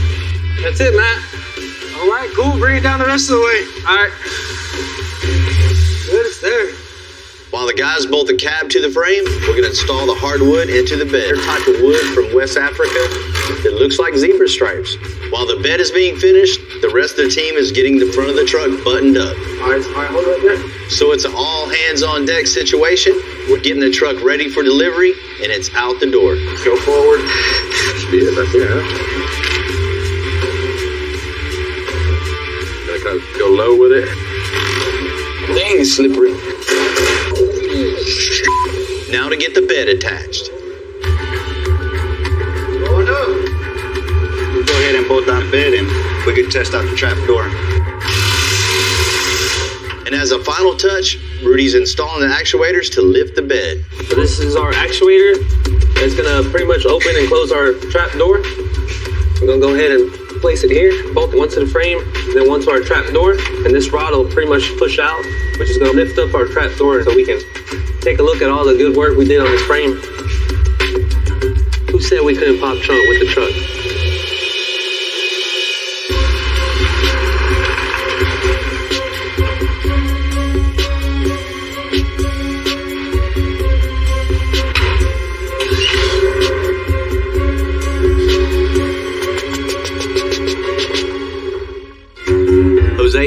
gets together once a month with all his boys. All of Jose's buddies are classic Impala collectors. They're a wealth of knowledge here today. And, you know, what better place to show off his Impala truck? Right here. Jose, short time ago, you had parts of a truck. You didn't have a whole truck, but you had a nice little project. Nice project, absolutely. Remember, no motor, no interior, missing pieces, a lot. Missing a lot of pieces. A lot. You wanted to bring little Impala touches into the build, into the 66. I think you're going to love it. You're going to love it. I can't wait to see it. Let's get old Jamie to bring it out for you.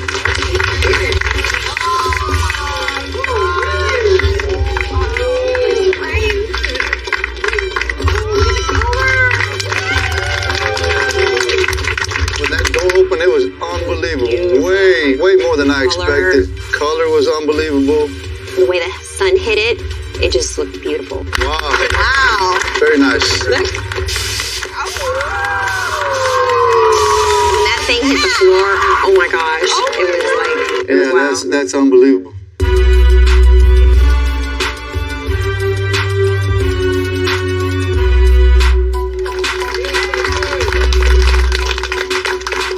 He's a great fabricator, and you know, we handmade every part and piece of the suspension, frame, everything. Looks good, man. You have a one-of-a-kind 66 Chevy. Wow. Yeah, I can't wait. I can't wait to get it to some of the local shows and maybe even some of the out-of-town shows. And I'm not worried about the trophy side of it because it's going to win. I mean, there's not another one out there like that right now. I mean, first thing you see is the smooth bumper, grill, all color matched. Right. Of course, you can't miss the 24x10s in the front and 24x15s in the rear. Thing just looks like a steamroller going down the road. And of course, the Impala trim on the side. And that had to be there. Something Impala had to be in there. Absolutely. That airbrush looked badass. I know y'all see that stripe on the side. Anybody guess what year? 62. Man, you talking to Impala guys, really? You talking to Impala boys. With the airbrushing on the side, that was just an added detail that I wasn't expecting, but it sure did make it made the truck, if you ask me. Even the door handle, man. You probably didn't even notice it's got an Impala door handle. I noticed. You're going to get that one by me. Wood bed.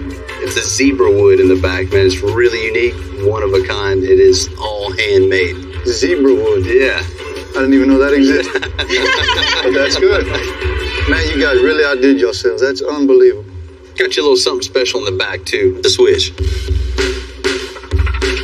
Got a little compartment back here where you can just show off that custom framework and all the powder coating. 9-inch rear end. Ooh, wow, look at that.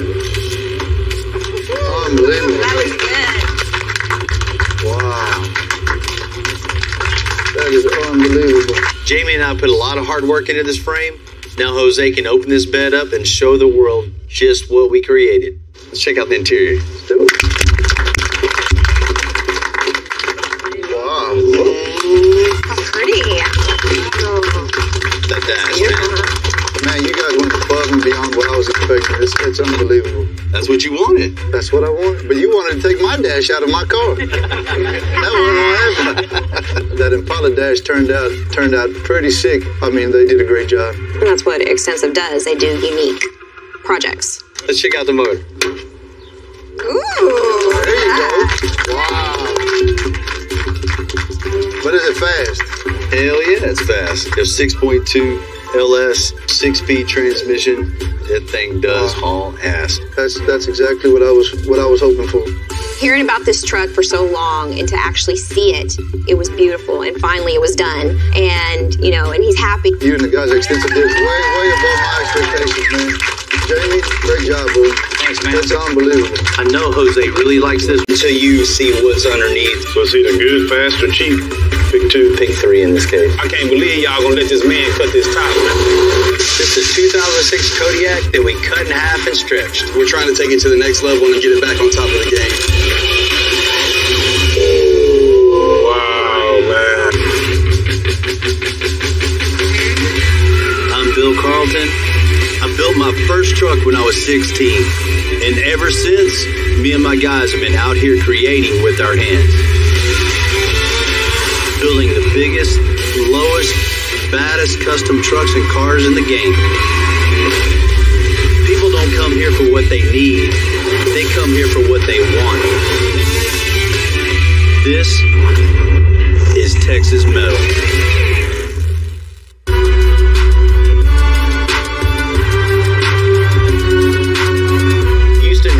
much going on all the time, and Extensive is thankfully right in the middle of it.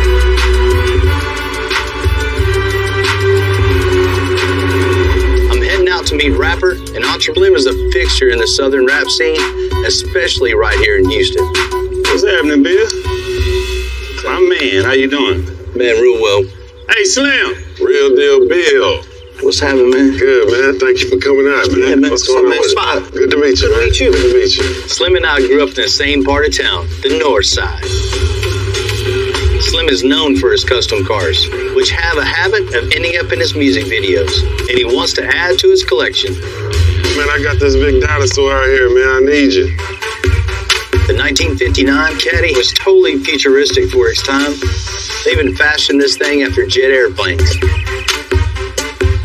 What are you feeling? This has been my dream car, man, for the last 10 years. And so, you know, it's real special to me, man. It's just such a classic. I want to make sure I do it the best. See, and I know you're the best in town when it comes to dropping it to the flow. That's right. So I need to bag it up and swag it up, man. Definitely build you a badass car. If you know anything about making that car sit low to the flow, you know Bill is one of the best, man. He just got that name in the streets. Plus, he from the north. He from that north side. From that north. Representing the north. Together, you know what I'm saying? That's what we do. Hands down, this got to be the best ass I've seen on a Cadillac. What you think? Man, no doubt.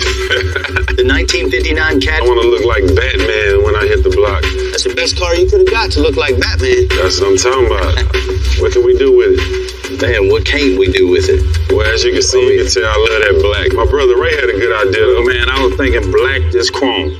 So black on black on black? That's pretty much the dress code around here. Yeah, it looks like it. Right. Yeah, it doesn't fit in too good around here, huh? Man. You see what it look like around here, man. I got this sore thumb sticking out on me, man, so I need your help.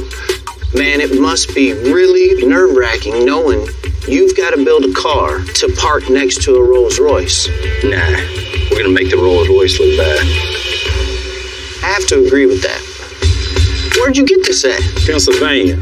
We seen this car online, and we just shucked the dice and got it and got lucky with it. Whenever a car comes from that part of the country, I get super nervous what could be under all that paint. If this car's been sitting rusty for 50 years, it can make for a tough build.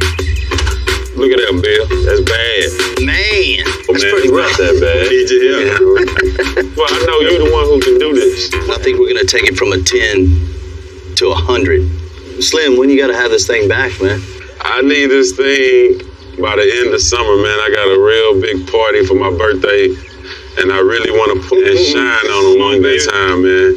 Can't say no to Slim. Look me up, man. Let's get it, Bill. Yes, sir. That's right. Since I started Extensive 20 years back, on all of our builds, I try to raise the bar higher and higher. Slim has the same rep with his music and cars. You know, this won't be the first 59 custom Caddy, but this is going to be the new gold standard. Look at this bad boy. We got to build this car the biggest, the baddest 59 there's ever been. It's got to be like one of his concerts on the road. What's the game plan? I want to make this Caddy the future of custom Caddies. It'll be black on black on black. Painting the body black with black chrome. Over-the-top sound system with 32 speakers in all. He wants to piss off the neighbors when he comes home.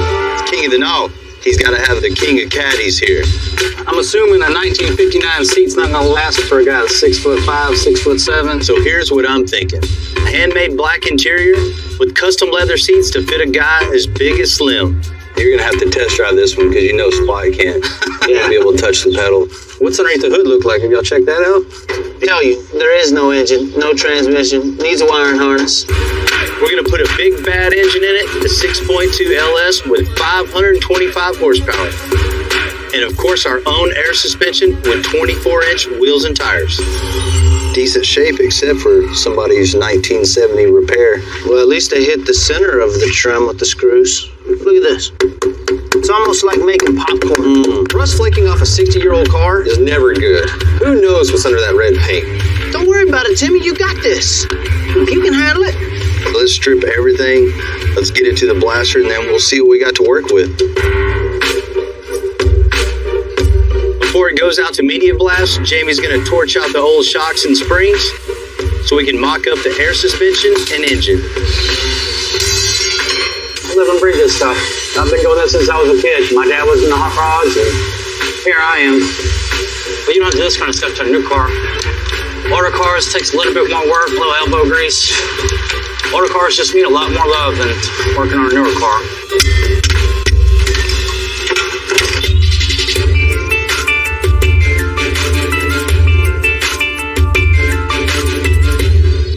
With the undercarriage tore out, we got room to mock up the suspension. This is where the car is going to sit when you deflate all the air out of the suspension. You see something like that, the Slim doesn't have a choice but to like this. When you inflate the airbag, it's going to pivot on this point, lower the rear end down, which will raise the car. When it airs out, it'll go back up to where the rear end is, and it'll lay the car out. These heavy-duty U-bolts assure that the two-link is firmly attached. Perfect. This thing is going to drop super low.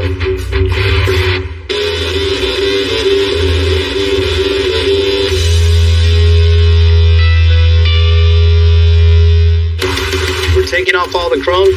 I've asked Charlie to make that chrome black for Slim's 59 Caddy. We are fixing to spray some of Slim's parts. The process, we've already done the black on it. Now we're fixing to go in and shoot the chrome. You have to take your time with it, make sure you do it right and make sure you got the even amount of coats on there. If you don't, it will definitely become splotchy or cloudy or anything like that. So you definitely want to know what you're doing when you come in there spraying this stuff. Now we'll do the black tint to give Slim that black that he asked for. What I'm doing here is I'm checking, because if you don't, we'll go just a dab more.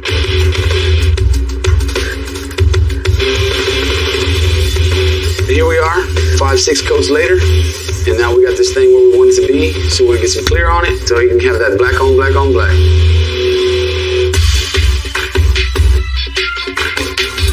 Slim's big 6.2 is on order, but luckily we have a mock-up engine, so we can make sure everything fits in place. And we got a big purple transmission that we can fit onto it too.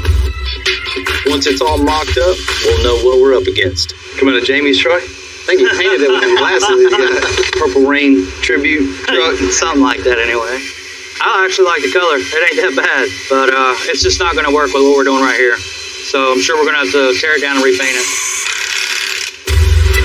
Here we go. You got it, Jamie? Yeah, I got it.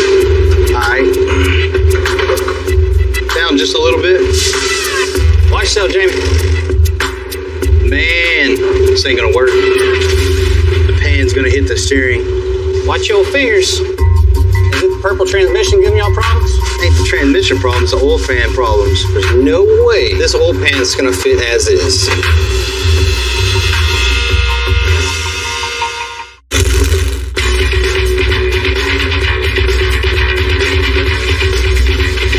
The oil pan in Slim Thug's Caddy doesn't fit. Man, let's just get it out real quick. We'll just cut the pan. We don't have time to wait on ordering one. Time to chop it up.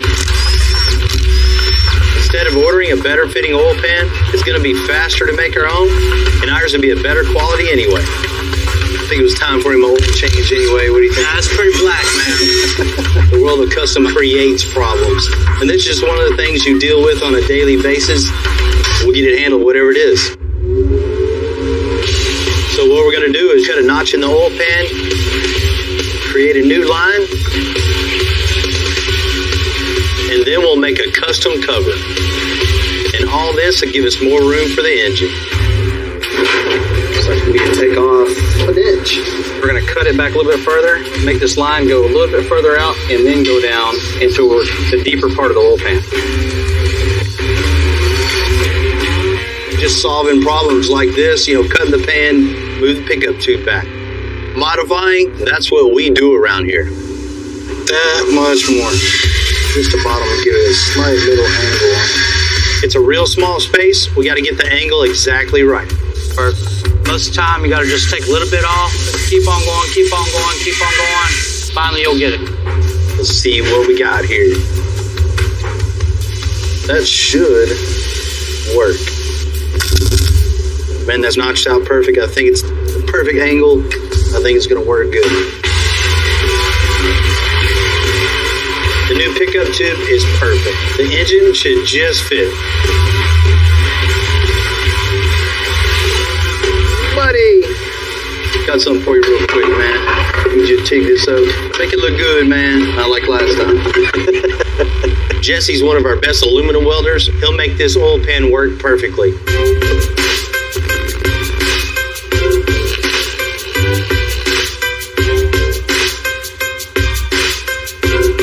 There you go.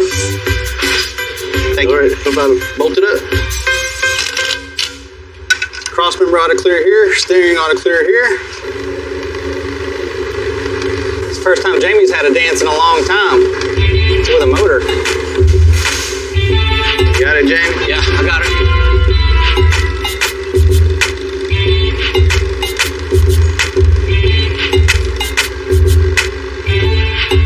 Time, huh? About time. Something like this should take 5 minutes. It takes 45 minutes.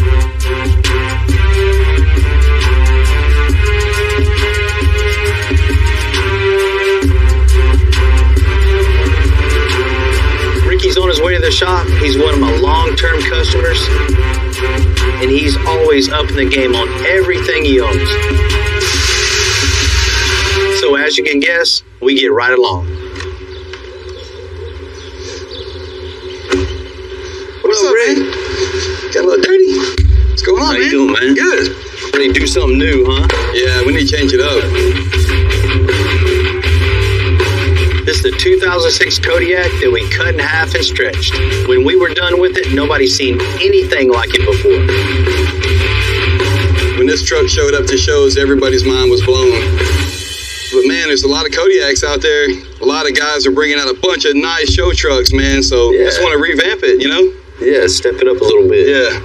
So we're trying to take it to the next level and get it back on top of the game. This paint's been on there for a while. Yeah, I know you got a ton of paint work on the inside. You want to like repaint the whole thing, change the whole color? Yeah. These are from 11 years ago. It's been a long time in there, man.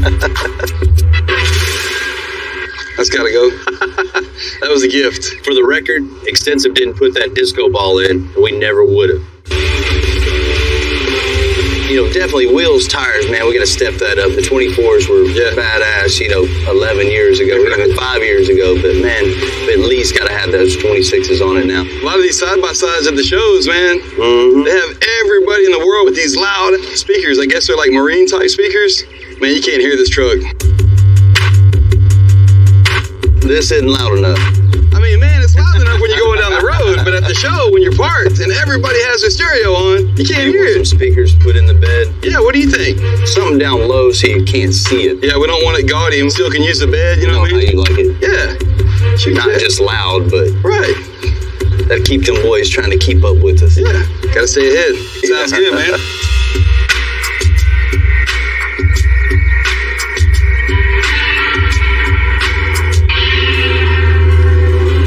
This brings back a lot of memories from built the bed for it, the air suspension on it, new headlights, running boards, moved the cab back 24 inches and built that center section. First built, I mean, this was one of one.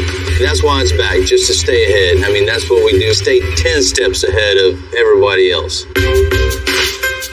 To get Ricky's truck back up on top, I'm thinking big. I set at 26-inch powder-coated wheels, custom door panels, a top-of-the-line sound system, including marine speakers in the bed, and we'll paint this huge truck solid black. Once again, it has set the bar for custom Kodiaks.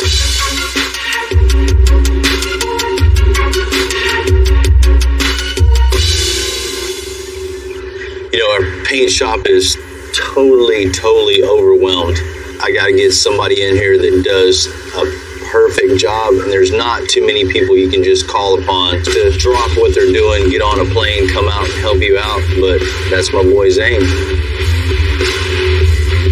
What color are it gonna be now?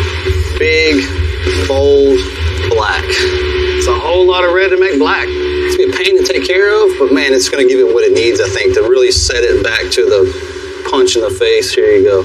We'll kill this thing.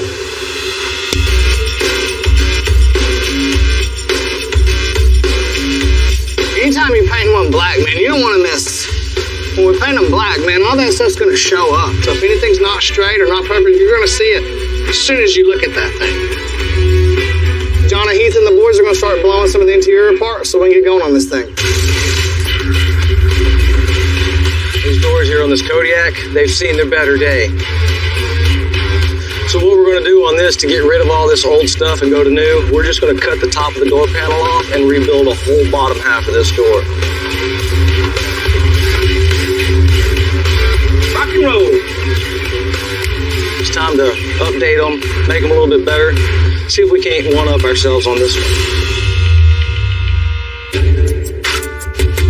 Zane is going to bodywork every last imperfection out of a Kodiak and prime it for its date with a midnight black paint job. We start blocking it all on a hard block with some 180. Keep it in an X pattern always, so anything that's not straight is going to show. It's going to make me look bad, it's going to make Bill look bad, it's going to make everybody look bad. Ricky don't want it wavy, and I don't want it wavy, you know?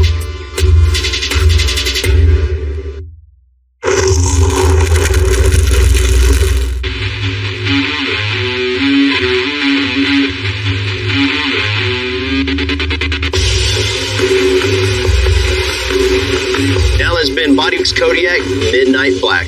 The Kodiak's so big, we're going to use the forklift to get the bed off of it so we can get it into the booth. Now, come on. All right, you can go ahead and pull the slack out. Try to get that thing painted today so we can just keep on keeping on with it. All right. All right, go back. Back.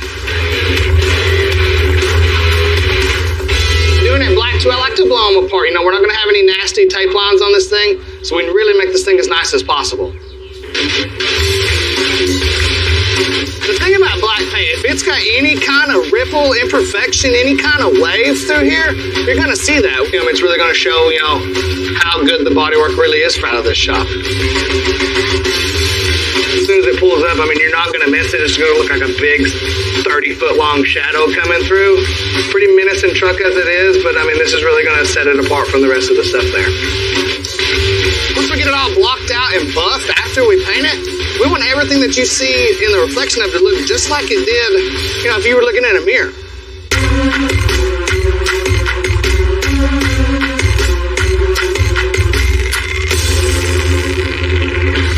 We built the suspension and test fit the engine on Slim's 59 Caddy. Are you going to get that trim off right there? We're preparing to send it to Miller.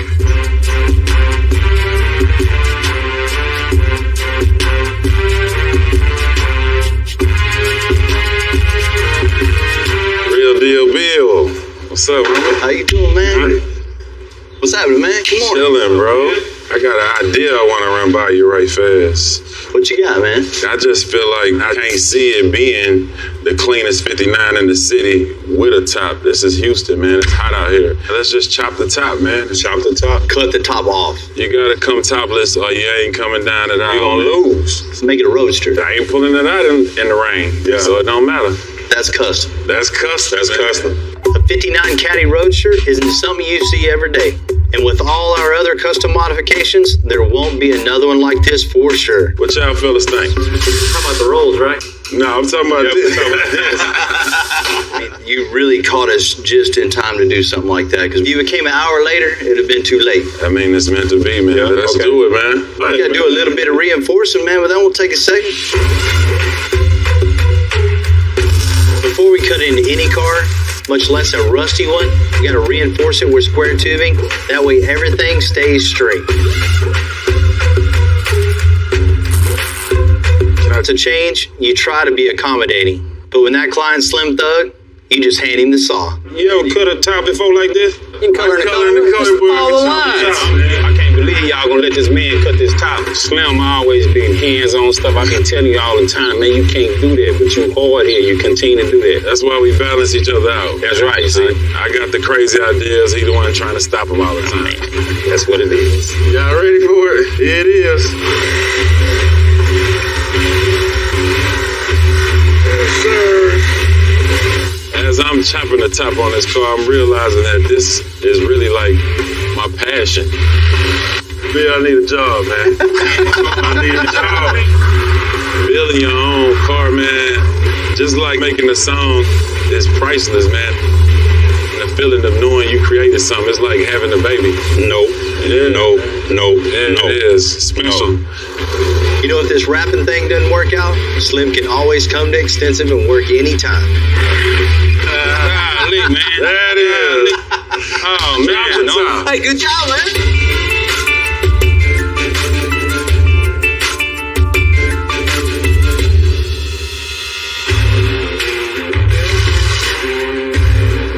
Last couple of bolts out of the body.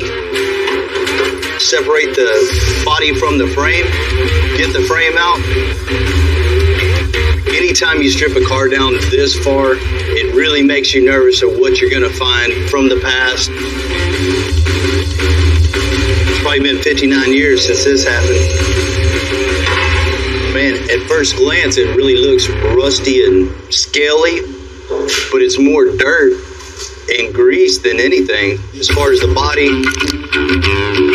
this is pretty common just to replace a rocker panel, but my concern is how far into the car this rust continues it goes. You don't really know until you blast this thing to see what's underneath and what you got to work with when it gets back. So I'm super nervous right now that hopefully there's some car left when it gets back.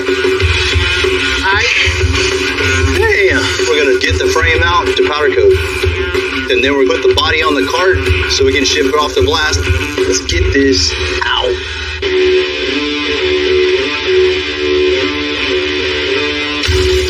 Finally, she's gone.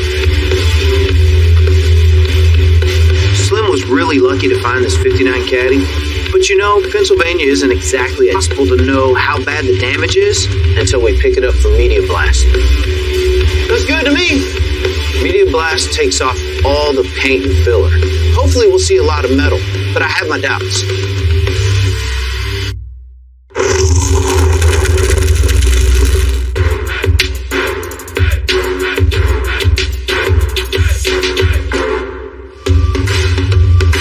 This morning, Spot's bringing back the 59 Cadillac from the Media Blaster. It's the moment of truth. Today we're going to see how bad the body damage is. All right, yeah, we got a lot of work here. 59 years old is definitely showing a little age. Yeah, a little bit. Robert is one of the best metal workers in town. He's been doing it longer than me. Not many people can say that in this town. We can replace this whole panel. Yeah. Man, this car's about as old as you are, huh? Nice. I've been doing metal work since high school, 86, on my Volkswagen. Just evolved into anything I can imagine I build. Just cut that whole thing out. Yeah. That was all covered up with Bondo? Yeah, man, Bondo was out to about here. So it's either good, fast, or cheap. Pick two. Pick three in this case. We get it. I'm starting the floors. Get the floors right. And to match the other side. Some folks just throw a piece of metal in here and weld it up, but to actually do it right, it takes the time. And when you get done, you get a better product. Now we clear coat it in. Everything underneath is coated. So now what we'll do is we'll start welding it in. There's no quick easy with sheet metal. It's either right or it's not right.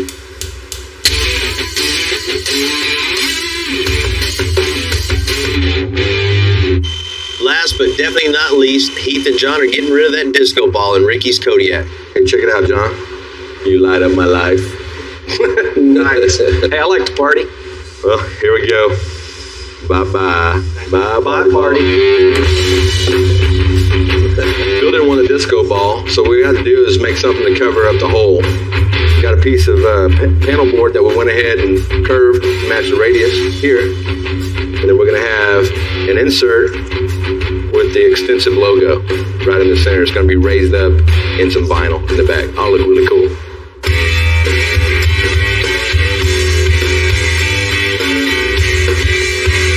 Ricky's really loud. He wants something loud when he's at the car shows. What we want to do is add these 4 waterproof speakers to the bed. We don't want to drill any more holes in the bed side, so we're going to use the toolbox that's already there. Put an end brace, the pipe will go in the middle, we'll weld that out, and then send it off to paint. And these guys are going to bolt it in. We have the 4 speakers will mount to that curved bar. This should finish off the bed of the truck, and we're ready for Ricky to see it.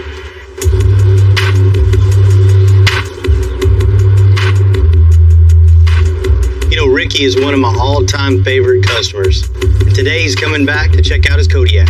I can't wait to show him what we did to him. What's up, man? What's happening, man? What's going on? How you doing?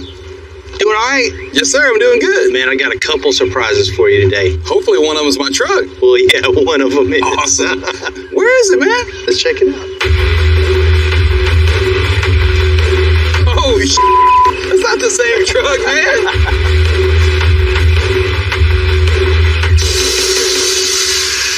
It's tucking a whole bunch of wheel on the front and the back now. God, dog, those bigger wheels made it look so much better. That looks brand new, man. I mean, right then, you know you did a job well done. This bumper and the lights and the grill, awesome, man. Like brand new, huh? Hell yeah, man. Whole different truck, man. Man, it is. It's bad. First and foremost, the big 26-inch Oh, man, wheels, they look awesome, man. I love them. Totally makes this thing look night and day different. Really does, man. Still hook anything you want to it. The load rating's there on the back. Good you to can't go. kill it. Whatever. Man, whatever you want, man. I love the color. When you do the black right, it looks good, you see, man. That paint is so sick. You can see yourself in that paint from 30 to 40 feet away. It looks like a piece of glass rolling by. Man, you want to check the inside out? Man, shoot, yeah. Keith and John ripped out all the old door panels and everything. They rebuilt the whole thing. This part of the door panel replicates the headlights on the front, so it has that nice look. Man, that's sick, man. I see it now. And here's all redone too, Ricky. Nothing looks the same. I had to get rid of the disco ball you had in there. Man, that disco ball spun and spun and spun until it finally spun itself out of the truck. We just let it keep spinning down the road. I'm kind of happy it's gone myself, but man, it looks so much better with that extensive logo in there, and that truck is badass. Man, all new stereo system. We know how you like to just be louder than Ricky. remember though, Ricky was saying he wanted a little bit louder outside? We mounted 4 8-inch full-range marine-grade speakers in the back of the truck. God, they don't hurt, man. They don't hurt to get wet, and nobody is gonna drown you out over these, man. Spot, crank it up, man. Let's hear it. All right.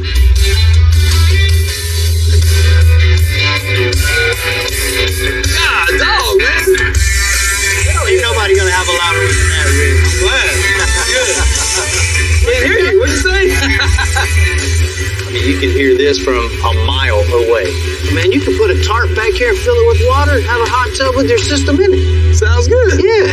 You know, my guys just kill it on every project. The new door panels, the sound system, the speakers in the bed, the wheels, the tires, the paint, which is a lot of paint on this. And Ricky he's in love with the truck. Man, I can't wait to take it on a ride. I got one more surprise for you. Oh, yeah? I know how you're a fan of rap music, so we're going to use this to pull Slim Thug's new car to his party. Oh, man, that's awesome, man. So if you're from Houston and you're not a fan of Slim Thug, you're crazy. Let's do it, man. Sounds good, man.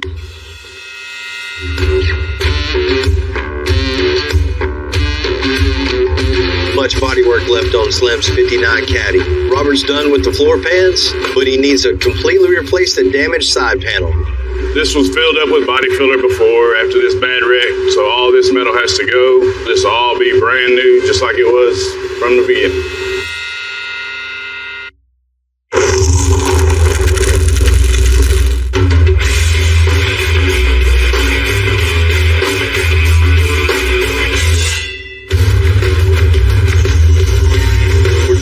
Bodywork on the 59 Caddy, but Robert still has a long way to go to make this the futuristic, one-of-a-kind roadster that it wants to be. This is the English wheel. When you run the metal through here, you can get the contour of the roll and spread it throughout the panel. And this will give me the bend, make the panel lay right on top of what's there, so we can cut it out and replace it, and it'll be all brand new.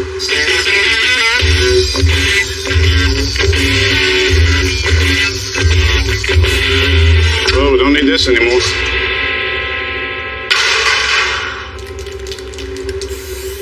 We've coated everything with the aluminum since we're never going back in. So that way we'll never have to worry about rust. So now we're ready to Cleco our piece in and cut it in and weld it. And then when I tack it, the little piece that we're Clecoed to will fall off on the inside. So our panel's welded in now. Just got a few high spots to worry about. We'll take care of them, and it'll be all new, one panel all the way down.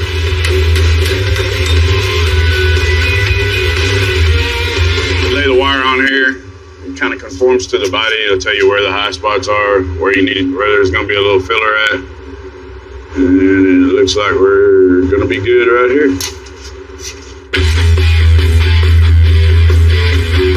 Cutting the roof off the Caddy was the right call, but it created a whole lot more work.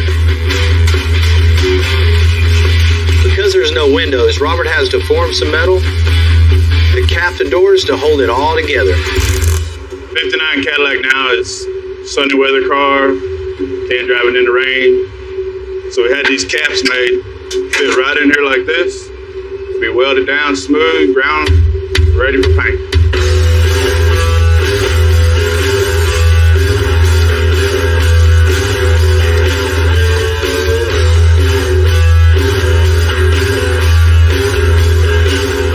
Seal welded now, it's welded solid, smoothed out, it's ready for some body filler. It was original and what's custom.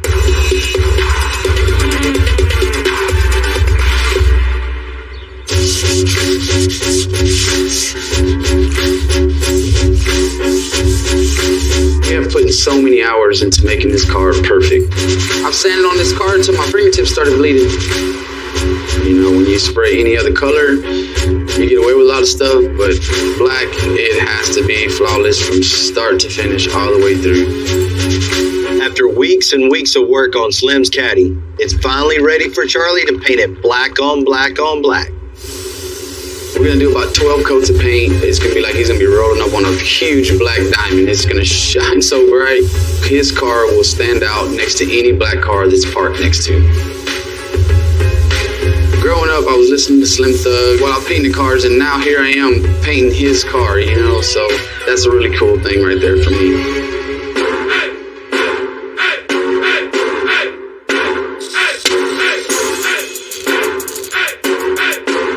You know, I really hate when you see a car with just speakers crammed everywhere. I've asked John to find a way to hide all those 32 speakers in Slim's Caddy. We're having to squeeze 10 subs in the trunk. The trunk I'm having to do is build it in 2 pieces and actually bolt the 2 halves together to make one entire enclosure. So when you open the trunk, all you're going to see is trunk. You won't see any of the equipment. Box fits, that's always a plus. To run it all, I got 6 visible amps and I got 2 more hidden in here somewhere. This piece here is going to cover up batteries and everything else and hold the other set of speakers that go in the trunk. Lucky enough, everything I've worked on so far is fit, so now that I got the trunk looking good, it's time to hide 4 more speakers in each door panel. So once I get my baffle in here, I'm gonna have to deaden this. You know the cars you see on the streets, when they've got so much bass, the car sounds like it's about to fall apart. But what we're doing with the deadener is we're gonna stop that. We're gonna make sure we don't have any rattles anywhere in this car. All we want is music coming out of this car. We'll get 3 or 4 layers in some spots just to make sure that we have enough density in the door so that we don't have any kind of flex or anything in the panels. All right, so we've got our baffle mounted. Everything's boxed in. We've got all of our deadener in the door. Next thing we're gonna do, we got a base plate made. We'll make another piece out of 3/4 inch MDF. We're gonna flush trim that. We're gonna go to work with the grinder and make some cool shapes out of this. First, with the door panel some depth. I'm gonna be grinding from one edge to the line, from the other edge to the line, bringing a ridge around the top. It'll have a couple of lines in it instead of just a single line. That'll look pretty cool.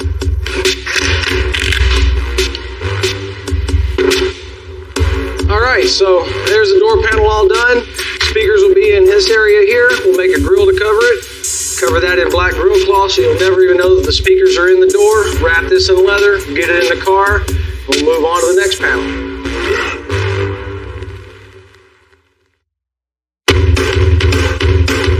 When I was like 14, a guy in my little hometown had a little truck that he would drive through the middle of town. I thought it was the coolest thing ever. I'd make my mom go by this guy's house and his truck would be in the driveway and I'd be like, oh man. He and I became really, really good friends for 30 years now. And that's how I got into the car scene. This This here is my personal 2008 Chevy Silverado. It was a standard crew cab truck that Bill said, hey, let's take an extended cab and the crew cab. We'll cut the whole pillar out. And we'll make that door latch into this one, make this one latch so you can open up the whole truck and there's no pillar in the center.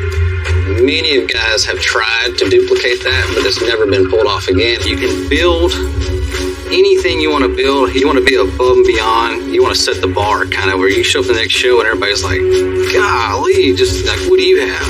It's just cool to kind of have the tools and facility to be able to take the crazy ideas and take them to reality.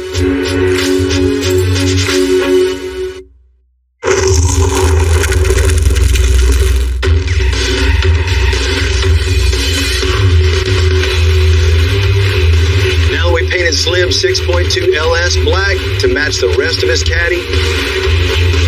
Matt's wiring it all up to give it a test fire.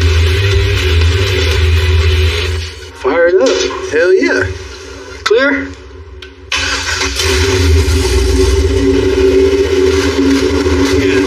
Good job, man. Good job. The 525 horse. Oh, Slim gonna be happy. You know, at the very end of a big job, sometimes it comes together all at once. And that's exactly how this one's going down.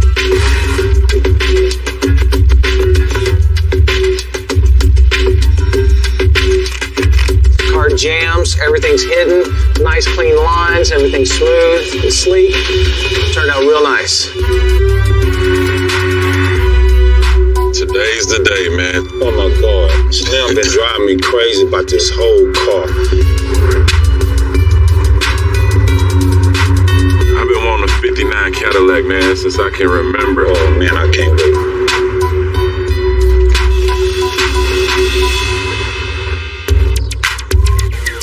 Slim Thug's having a party at his house today. Man, he's about as ready can be to see his car. I can't wait, man. Come on. That old dinosaur. That sore thumb. We're gonna see what type of superhero you are, Bill. I feel the pressure. Man, Bill. Y'all ready to check it out? Yeah. Let's get it.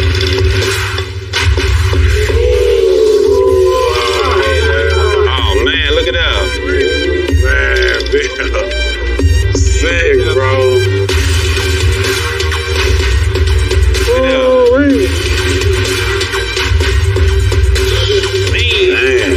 This has far surpassed my expectations, man. I'm so happy with this. I really feel like I got my own personal Batmobile.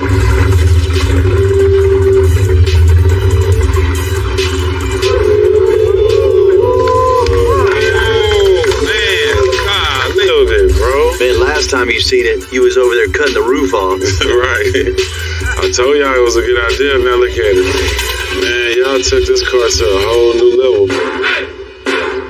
Front to back, you see how slick this thing is and how much time and effort has been put into each and every piece of this car.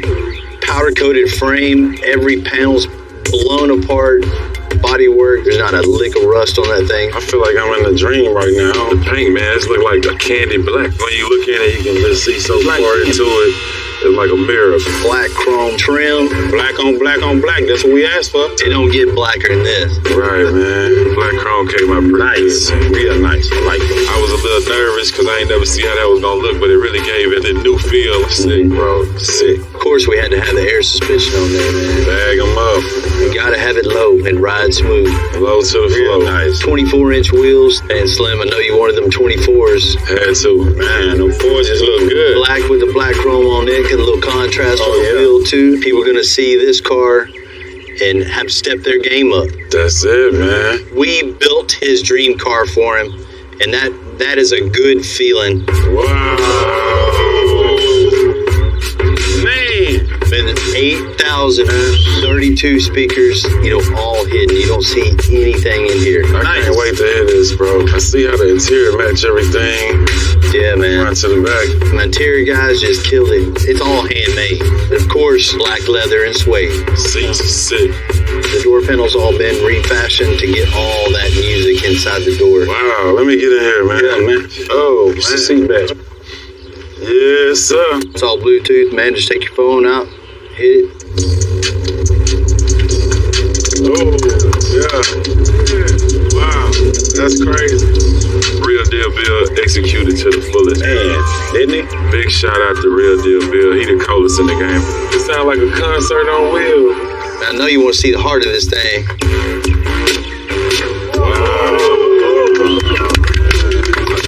An LS3, the 525 horse, man. That's crazy, man. I could drive this thing to New York, huh? Hell yeah. Bill, you killed it, bro. Well, I guess the only thing left now to do is what? Drive it. Let's hit the block, man. Let's do it. It's a real dream come true right here, bro. Finally, getting to drive my dream car old school, man. You know, I'm so proud of all my guys at the shop. No matter what the task is, they kick ass. There's already something you don't see. But what you done did to this, man, for sure head turn everywhere we go, bro. Well, that's what it's all about. Now we have even more metal work to do. Oh, whoa, stop. Got a doghouse for the dog, a big dog. This 2001 Ford F-350. 6 months ago, this was just a beat-up old work truck. You know, and even after all that, there's still just something missing. Oh my God, Holy Bill, that is cow. sick right there, man. You know, when big parts start coming together, it makes for a good day. This is going to be one of my favorites that we've ever done. Awesome.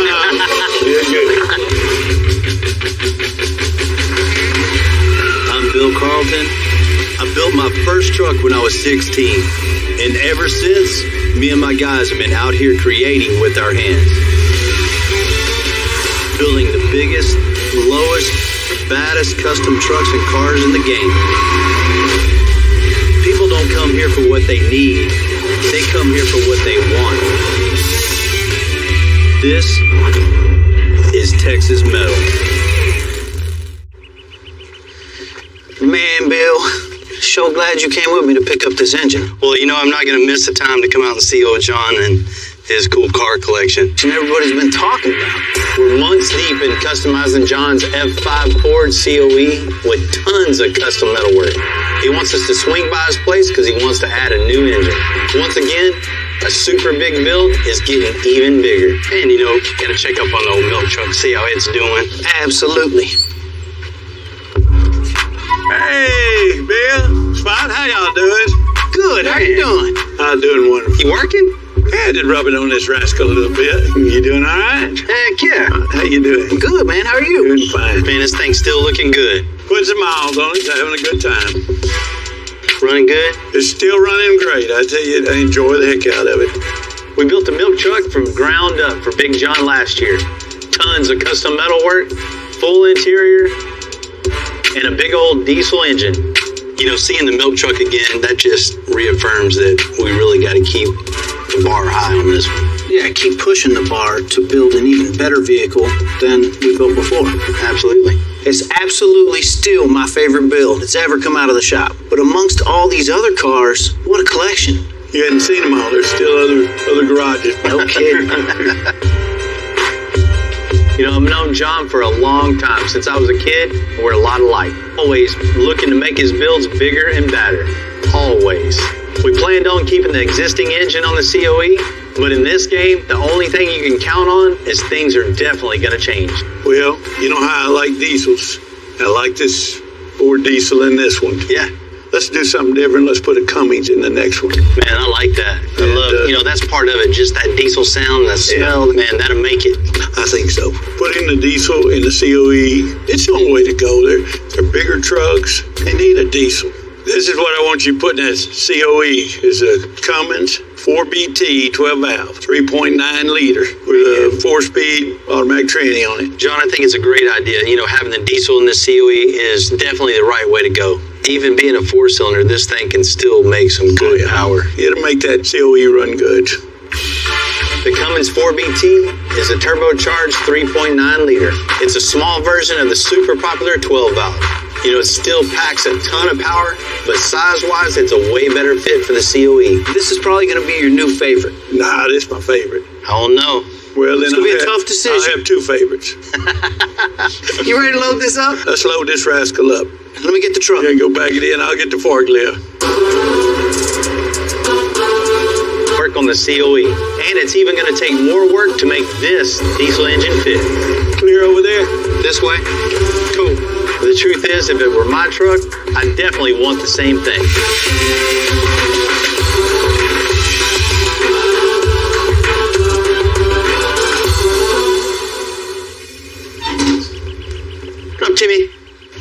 truck out there? Little engine, little diesel engine. Old John, milk truck John. Yeah. He loves how that diesel is in his milk truck. He said he just had to have a diesel in the COE. So all the work with the old 350s in it, taking all that out, all the sheet metal, everything. Whatever we're gonna do to make it fit. You know, we've already made a custom Western hauler style bed, running boards, and a whole headache rack. It's all at powder coat. Now we have even more metal work to do. What do you want to get started on first? You know, first things first, we're gonna pull out that small block, get rid of that sucker, and let's start doing what we gotta do to get that diesel in. You know, the Cummins 4VT has some components on the side that makes this thing a little wider than the 350. So you already know that creates a lot of work and making a whole new doghouse. And we're going to be adding new front bag mounts to the front suspension to haul that extra weight. Then we can add the wood into the bed and the running boards. This thing orange or what? Big John's definitely got to have it orange. And the orange, the big billet wheels, and now the diesel motor kind of completes the whole project of the truck. Definitely. The milk truck's going to have a little competition beside it when it gets back home. Let's do it. Let's go.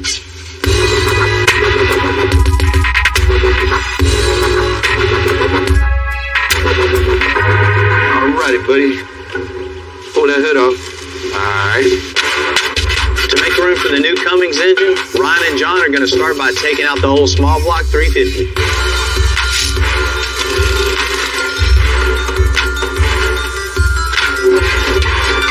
That's one way to do it. So is. It looks like there's no way to get that out.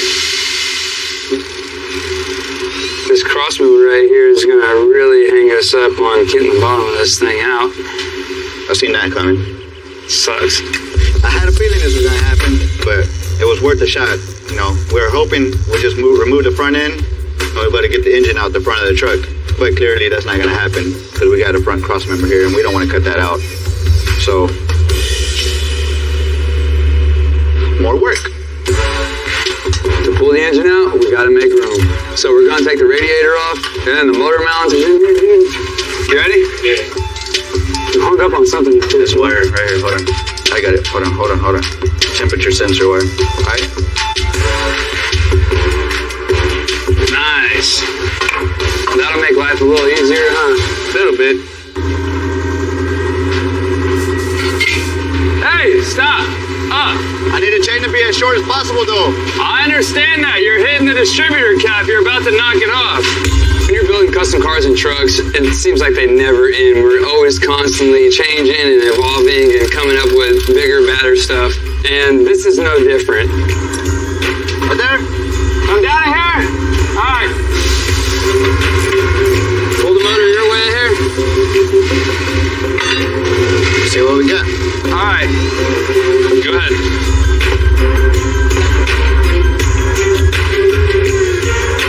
Basically a brand new engine, huh? Yeah. He could probably throw it in one of his other projects and we can put something way cooler in this one, huh? Yeah, diesel power. Yeah, buddy. Well, you know, John always gets what he wants, so hey. I wish I was that John.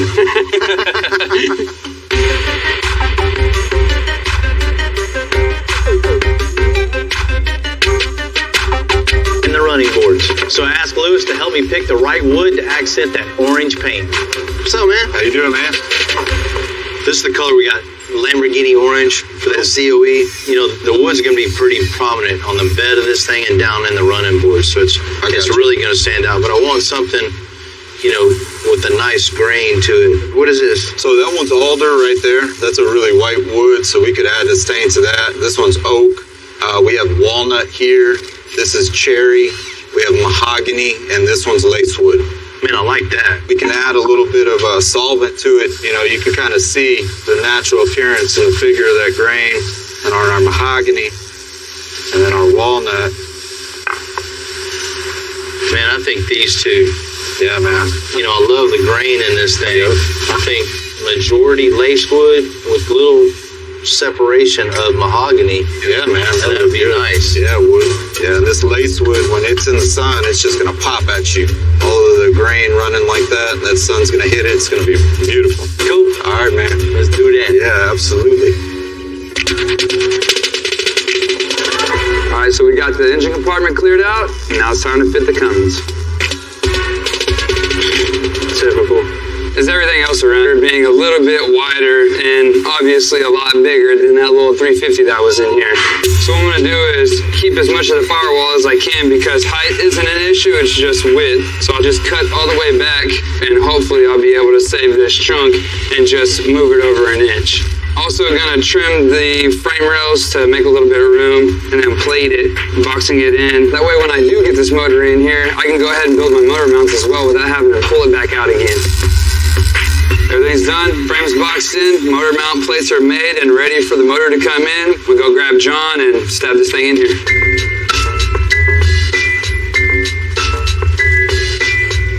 Try to tilt back. Oh, whoa, stop. Ah, that sucks. So you're hitting the top and it's already at the bottom.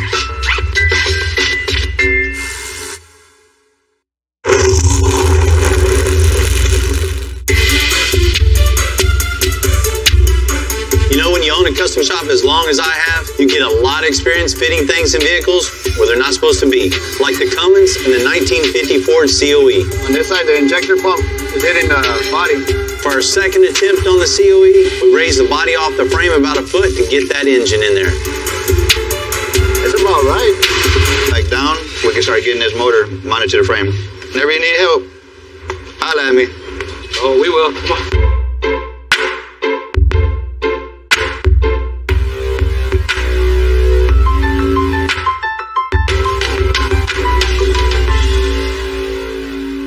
Now that we got the new engine in, you can clearly see it's a lot taller than what was in there. This was the original doghouse that was in there for the 350. So what we're gonna have to do is start from scratch, build a whole new doghouse, make it taller and wider as well. So I got a rough measurement from inside the truck, 36 by 24. Lay it in there, draw me a couple lines, start shaping it.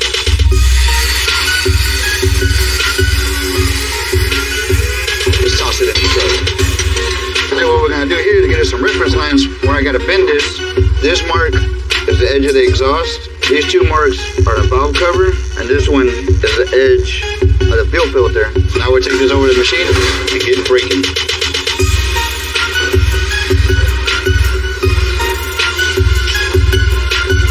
Got a dog house for the dog, the big dog.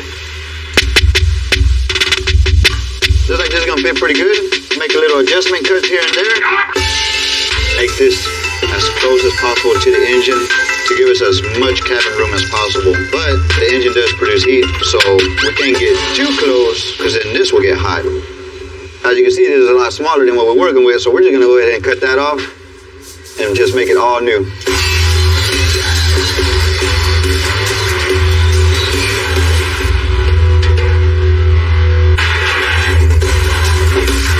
Piece tacked on there, giving it a little structural integrity while I make a bunch of these little pieces. They're going to form the panel from the top and connect it to the back side. There's going to be a lot of trimming, fitting, and adding till we get this thing all finished. Ground up builds, especially with an owner like Big John, he really challenges us to build something truly that's one of one. You know, that's my passion, but it's also my business. So I'm always riding that line, what's best for the shop and what's best for the build. You know, the truth be told, my passion almost always wins. Exhibit 1011, this 2001 Ford F-350. You know, we've done a lot of work to this point of getting this old green work truck to the point it's at. You know, you can't really tell now, but about 6 months, we raised the truck 4 inches, added 24-inch wheels, we added full paint, fabricated the bed to flow with our custom fenders and custom short tailgate. You know, and even after all that, there's still just something missing. Man, I know that look. What are you thinking? It is not done. It needs a little more. Like what? It just needs something to throw it over the top. I think graphics on this thing would really, really, really just wake it up. So you think it's something subtle, something small, or something just crazy? See, you know I'm right. You know I'm right, too. You're always right. That's why you're a successful businessman in America. It's just too green. It needs some graphics down the side. You know, we got to call Caesar and Amanda, get them to come over and get it laid down on here. Then this thing will be finished. I'll hit him up, see if he's in town, so you can stop by. You know, we're lucky here with Houston's custom car scene. We have an abundance of specialists and artists who can really just take something just totally over the top. Like this husband and wife team, Caesar and Amanda. So the main purpose of prepping it is that way we can open up the pores of the paint so we can actually have the adhesion on top of the base color. Having my wife work with me is a lot easier because the same goal in mind always helps. Plus, good work is hard to find, so that's why I learned so I can work with him every day. I'm gonna start with my fine line. I basically had to draw something to get proportion right, and then from there I'll start tweaking it and getting the balance just right. It looks good on paper, but putting it on something that's three-dimensional is really hard because if one line has a real clean arc and there's a kink in it, that disrupts the whole flow of the design process. And it's kind of like a puzzle. You know, I'm trying to piece everything together and I'm working little by little, and then from there I'll step back and look at the bigger picture.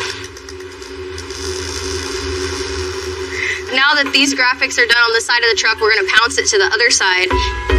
You're gonna have to tape over there and come this way. All right. We're gonna go ahead and start tracing them and making our marks with a crayon. We're gonna make sure that we get the graphics and then also like the door jambs, the body lines, stuff like that, so that way we can make sure that we have accurate placement whenever we flip it to the other side and transfer the image.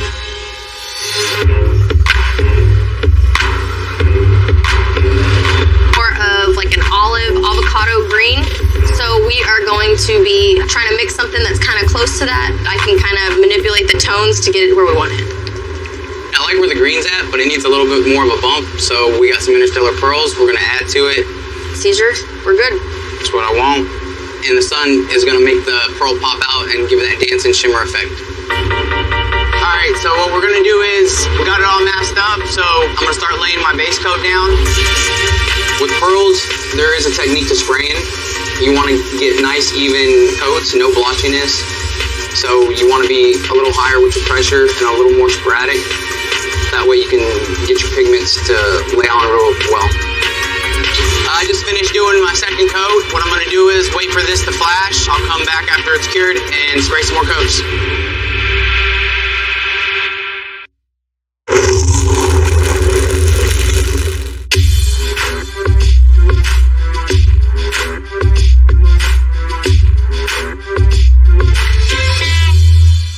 What I like about Caesar and Amanda's work, they use multiple techniques with multiple layers all throughout the graphics.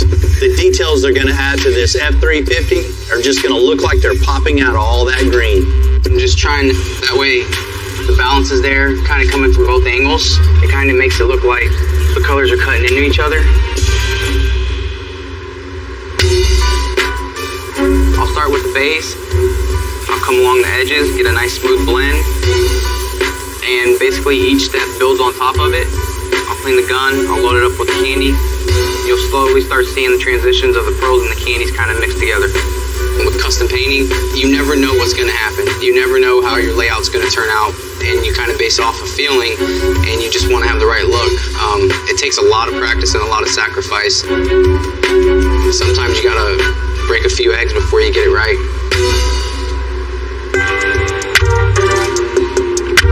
Is that lift arm gonna hit that body mount over there? I'm good. We're separating the frame on the 1950 Ford F5. Turn the wheel. We're gonna tidy up the suspension with new upper and lower control arms, bag mounts, and all new bags all the way around. You know, right now is one of the most critical stages when you're setting up air suspension. We got the chassis simulated with the truck all the way deflated, like all the way on the ground. So we're gonna simulate the bag fully compressed with our 3-inch spacer. So that's where it needs to go. Okay, real quick, Ryan, measure. 5 and 1/16. 5 and a 16. We're ready to blow this thing apart. So, you know, is these last couple hours, and this little moment right here is always exhausting and exciting all at the same time.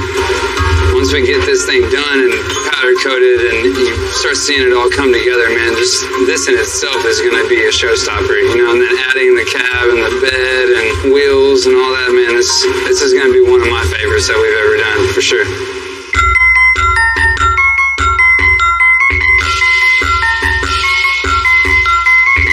Wants to paint this entire truck orange. You know, I was looking for something bright, bold, but still classy. In the booth we go. Coming out Tangelo. Oh, come on. Our customer John is all about the bling and the wow factor. So we went with a 2015 Lamborghini orange on this truck. This is a big truck. It's going to be a lot of orange. I think he's going to like it. Because there is so much pearl in it, it doesn't cover as well as some other paints. So you got to make sure when you're spraying, you got a nice even spray pattern. Your sunlight on this color, it's going to take 4, maybe 5 coats to get complete coverage, and that's what we're going for.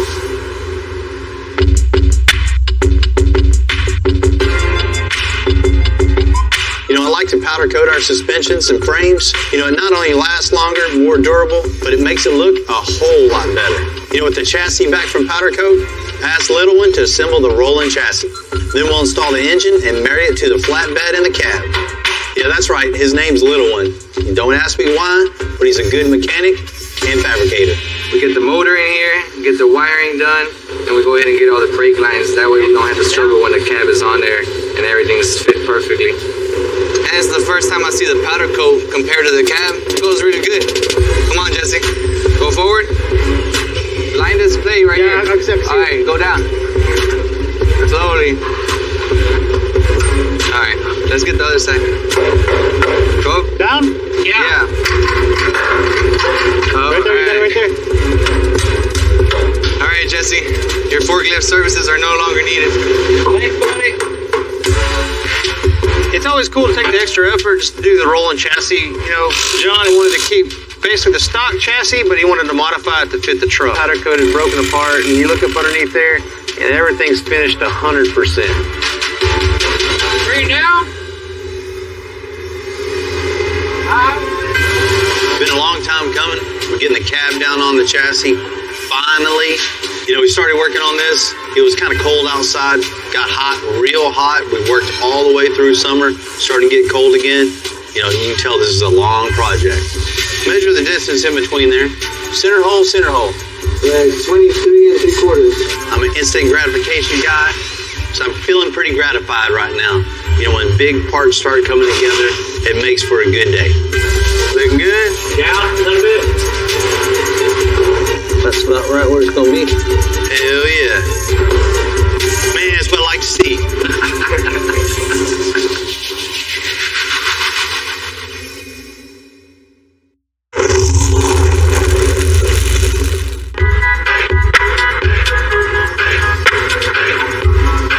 You know, it feels good to look around the shop and see all these big and bigger builds getting worked on. But honestly, nothing feels better when you give one of these back to the owner. And after several months of work, this lifted F-350 is right on the edge. Makes these graphics seem like they're wider when you're looking at them, but not something that's going to overkill them. It's easy to mess up, and it's even harder to fix once you do. Sometimes when I'm striping, I'll hold my breath, and as I'm pulling my line, I'll exhale. Even my own heartbeat will shake my hand sometimes. It's just you and the brush, and you just focus on the moment that you're striping, because it takes a lot of control and discipline to get your brush to work. You have to control it. I'm nowhere as good as I want to be, and every time I pick up the brush, in the first 10 or 15 minutes, I'm going to know if I'm going to stripe that day, because some days I have it, some days I don't. You know, let me find some wood to knock on, because this truck is done. When the owners Andrew and Katie dropped this truck off a few months ago, you wouldn't believe it. It was just a busted up old work truck. But after all we've done, it's going to be worth the wait, and these graphics are just a cherry on the top. What's happening? Good morning. We say, Bill. How you doing, man? Hi. Hi, good morning. Today's the day. Yeah, it is, right? You've been waiting a while. Oh, yeah. You guys came in that old tired ranch truck. You wanted something totally different, right? We wanted that one-off no one had. Right? Family, its whole life. I wasn't having a new truck. They all look the same. What better way than just take the money we have saved and build something unique? You know, we spent a lot of time on the aesthetics on this thing. You know, just when we thought we were done with this thing, it wasn't done. It needed something just a little more to put it way over the top. Cool deal. Let's see it. I'm real nervous right now because, you know, I talked her into doing it, and now, you know, if it doesn't turn out right, she's going to kick my butt. You guys ready to check this thing out? I'm super excited. Let's get Matt to bring this thing around.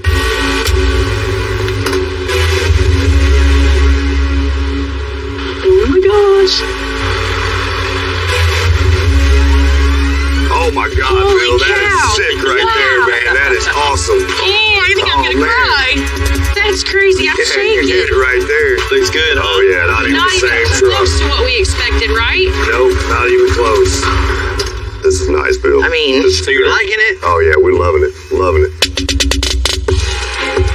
Look at that really cool bumper. Just makes you want to get out of its way, right? Oh yeah, those round lights. I'm glad you went with that instead of a light bar. Yeah, man, that's been way overplayed, right? No, that is perfect. That is nice. You know, the 24-inch dually wheels on this thing that just really wakes it up. Color match too. Right? That's nice. You know, one of the most unique things on the truck is the bed itself. So what we did is just cut the original bed down and shaped it around the later model dually fenders, which gives it just a totally different look. Perfect, and plus I still get the bed use. It's got the sides, it's got the little tailgate on there, so stuff's not flying out. I don't have to strap everything down. Right? Little baby gate. I think it's pretty cute. Little baby gate. Mini gate. The finishing touch on this was just the graphics, just to tie everything together, just put it next level. It takes that truck from awesome to radical, 100%. That's right. I think those graphics stand out. It's like they're not even touching the paint. It's like they're just setting off the truck completely. The different layers on that, the colors in there, that's perfect. But it doesn't take it away from the actual truck itself, so. It adds to it, yeah, for sure. It really does. Absolutely. It just gives it that whole aggressive attitude and makes it just stand out. It's kind of cool, you know? It's like there's a little snakeskin looking thing, and then there's like a little leopard looking thing. I don't know. It's like an exotic animal of some sort. It's like the green beast, man. It's unique. There you go, man. I think you just named your truck. Might have. See what she says about that. Now I need some graphics on the back windows that say Green Beast. After looking at everything that Bill's done and the guys did on this truck, we only have one problem. What's that? This time we'll be bringing more of our vehicles here. Oh, gosh. You went above and beyond what we wanted. This is perfect. Appreciate that. I'm glad it's still in your family. I'm sure you're going to keep it for a long time. We will. Oh, yeah. It'll go to the grave with us.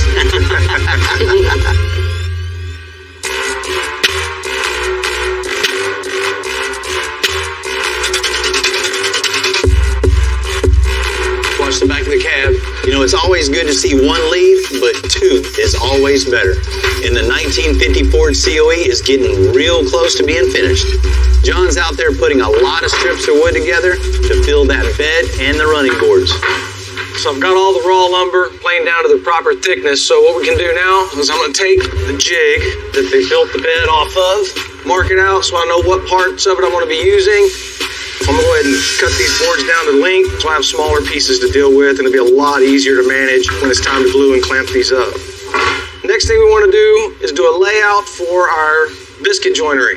This is what's called a biscuit. We create a pocket in both halves of the wood, and when you bring it together, it keeps everything lined up. It makes a stronger joint, so these things will be solid. I'm going to take this tool. This is a plate joiner, and what this is going to do is it's actually going to cut it. The biscuit fits in like that, and it will line up with the next one. They go together like so. That way now it's perfectly even across here. A little bit of sanding and these things will be dead on, ready to go. Usually we're working with fiberglass, Bondo, MDF, things like that. It's really kind of a treat to have a chance to work with some real wood and, you know, play with a tree.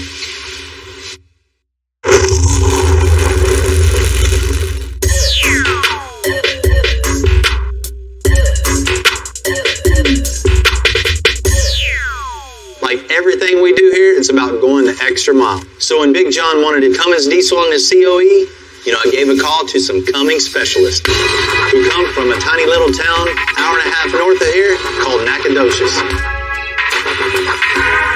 What's up? Hey, what's happening, man? What's up, Bill? How you doing, brother?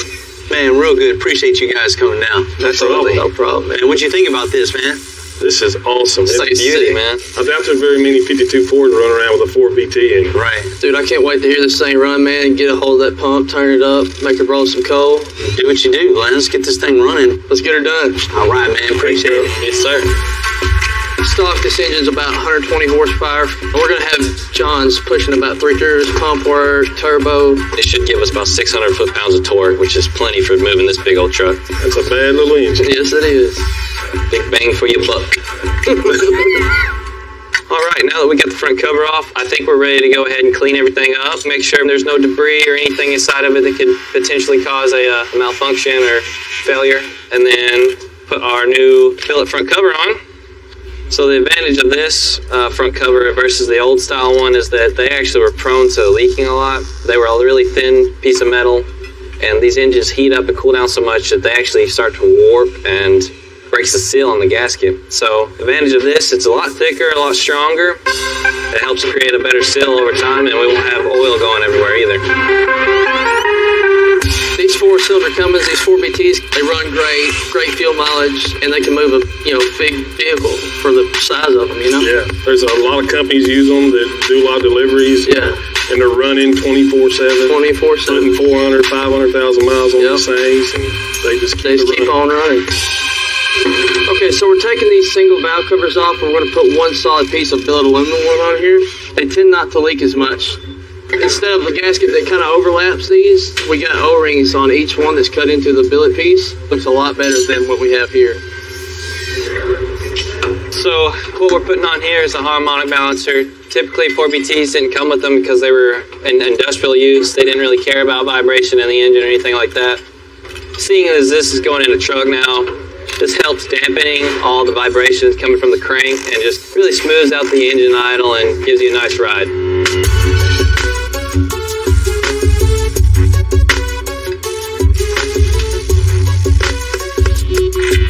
Bill and his guys did an amazing job getting this to fit, and we can fire this thing up.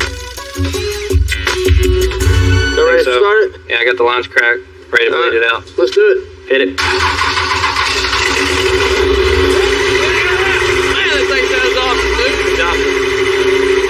This thing sounded awesome, man. This thing's going to give John plenty of room in here. It's just going to fit the bill, man. It's just going to run great. I mean, it just sounds awesome, man. Woo! Sounds great.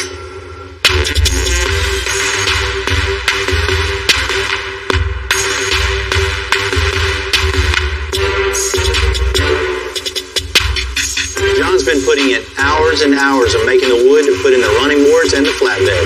It takes a lot of experience to work with the hardwood. As you see, I got it all roughed out and cut to shape. So the next thing I'm gonna do is take my template. I'm just gonna clamp the template to this and take my hand router and a flush trim bit and work my way around it. Slowly ease my way around the corners. With this being a hardwood, I'm gonna have to be careful so it doesn't tear out and split out on the ends. So take a little bit more time than cutting MDF, but way worth it. Well, we got this one piece ready to go. So next step is get it over to the paint shop and we'll get a finish put on it.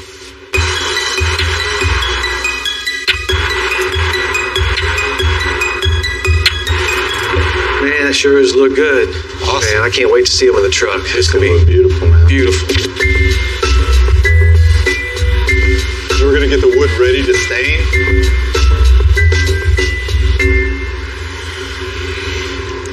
The stain's gonna look great with this type of wood. It's gonna give it the clarity that we want, and it's gonna be beautiful. I want it to be fairly natural, so I don't want a really heavy pigmented stain. So this is gonna be very transparent. It's gonna highlight the wood, so we'll put it on there. I wanna go in a circular motion to make sure that I get all of this stain mixture here applied evenly. So I'll come back and I'll wipe it this way out.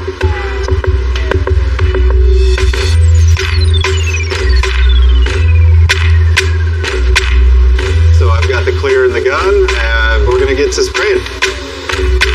We're going for a full fill finish, just like a piano would have. So in order to seal the pores of the wood, we need to keep coating it, keep sanding it, smooth it out really well, and that's the way we're going to get that look that Bill wants.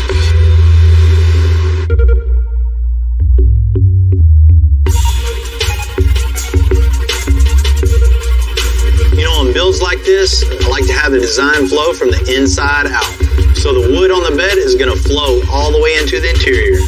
Now I got all the measurements and everything. We've got the shifter in and the doghouse, so we know everything's going to fit like we should. So now I just got to transfer all these measurements to a piece of chipboard, and then we'll start building this console. All right, now we got all the pieces cut out. We're going to put the base of the console together. Once we get it all together, we're going to go ahead and start on the top section of it. It's going to look pretty nice.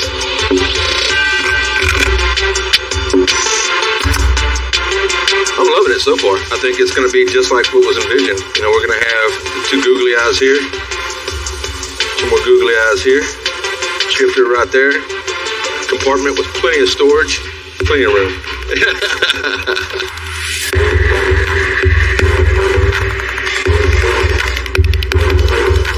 You'll see when these sides go on, it's actually going to leave us a 1/4-inch gap in the center for our aluminum. That's going to run like a belt line all the way across here. And then we're going to have our lacewood veneer on the top. So where this lid opens up, I don't want to see screws. We have our center screws. We're going to attach from inside this panel through the aluminum and pull this together. So you'll give a real clean look without seeing one screw whatsoever. People are going to wonder how it's held together. Like most things I build, the console is a puzzle. You know, I build everything from inside out. It's the little details that count. A lot of extra work, but it's worth it in the end. I like it.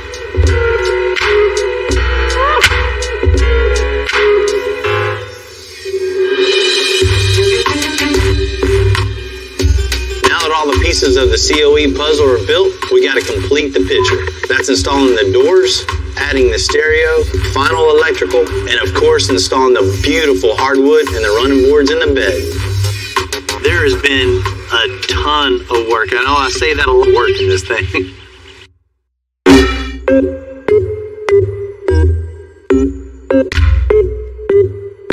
You know, the great thing about customization is you have this one idea, your one base idea to start off of. And once you start, you know, getting into it, you know, you're transforming your vehicle into something, your vision. There's always other ideas along the way that even make your vision greater. There's always something to put your personal touch on. Once you do add that 1 or 2 pieces, now you got to keep going down the truck. Snowballs. Yeah. Everybody pushes the boundaries every year. Well, that's one good thing about customization. It never does stop. The wheels get bigger, tires get bigger, brakes get bigger, suspensions get taller, try to get lower. Same with stereo, same with changing paint. It's just on and on and on. That's what's great about the industry that we're in. There's always something higher to reach for, you know, something to improve on.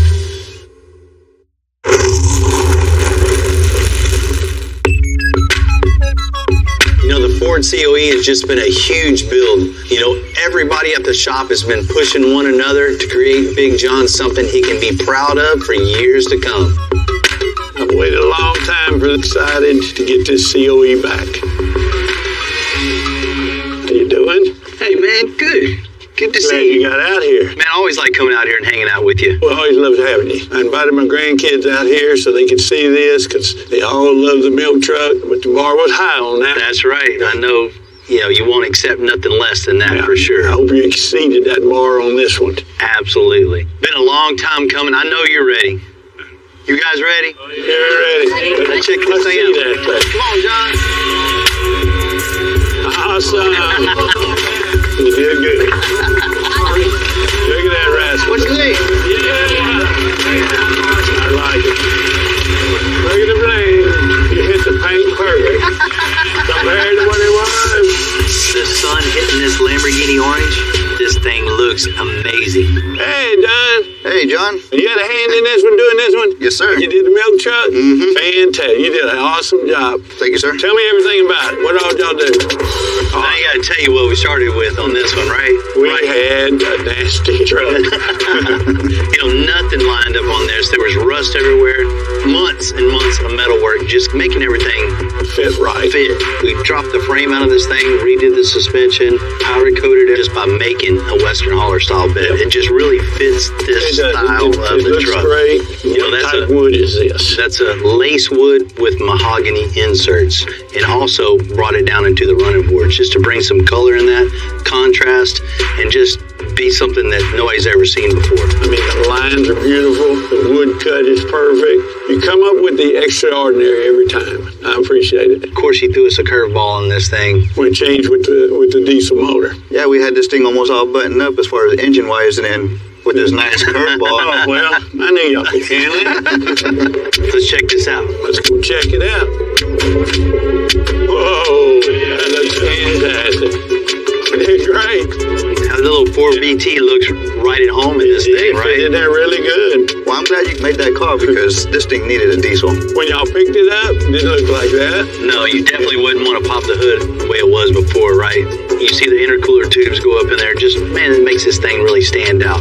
Had the one-way diesel guys come down, they turn this thing up. It's got over 300 plus horsepower, probably 1 million foot-pounds of torque. Should be Screamer now, huh? Right? You ready to check out the interior? You bet we are. Wow, you did fantastic. That looks good. But you gotta have the comfort too, right? Oh yeah, we gotta be able to cruise in it and enjoy it. I mean, we started by ripping everything out of this thing and just starting fresh.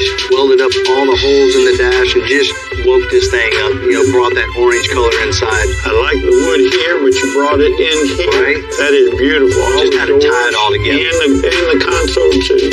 Not only that, this thing sounds good too. You got all new stereo on this thing. It's all Bluetooth. You know, new gauges, new AC, new everything. The upgrades are unbelievable. There's not anything in this thing from 1950. That's true. That's true. This exceeded what I wanted.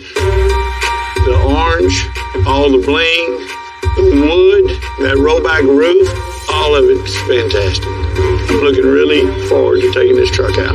Bart, we said hi with the milk truck. How we do? The milk truck's great, and this is better. If we ever do another one, you really gonna have some time. Thank you very much, John. Thank you very much. Let's get this thing in. Let's get it inside. You know, this job was a long one for us. You know, every guy in the shop has hours and hours and weeks, in some cases months. And this is a long, labor-intensive build, which I'm very proud of how this thing turned out. Reminds me of how good my whole team is. I'm proud of each and every one of my guys. I couldn't do this alone, and I appreciate everything they do for me and all my customers. We got to redesign everything. If it was bolt in easy, then everybody do it. We're ready to head to the future. 2020 Freightliner. Whoa, heavy metal. It needs to be able to push 45,000 pounds. 45,000 pounds? We got to put some extensive style in it also. Oh, I'm definitely gonna stay and watch this. I'm Bill Carlton.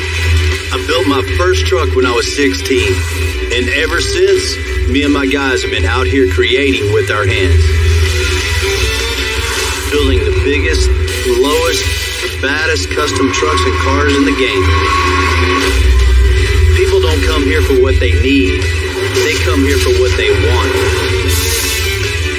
This is Texas Metal.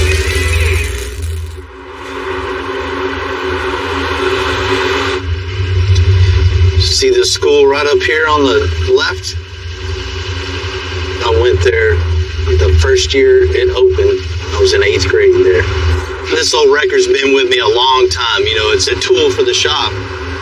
I spent a whole lot of time driving it all over Texas and even farther than that. Unfortunately, it's starting to show them years. Can I go? Can I go? It's time to make a change. And today's the day we're going to do that. We're going to get a brand new record.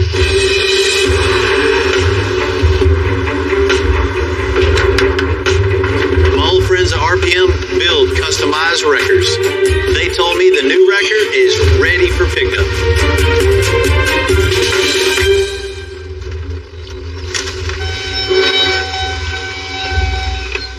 What's happening, man? What's up, Bill? You doing all right? Yeah. I really appreciate you taking this thing on trade for me. We got you. We'll get her fixed up and find a great home for her. Meanwhile, we'll put you in something head to toe under warranty. Man, I can't wait to see this thing. You ready to check it out? I'm ready to check this thing out. Let's see it.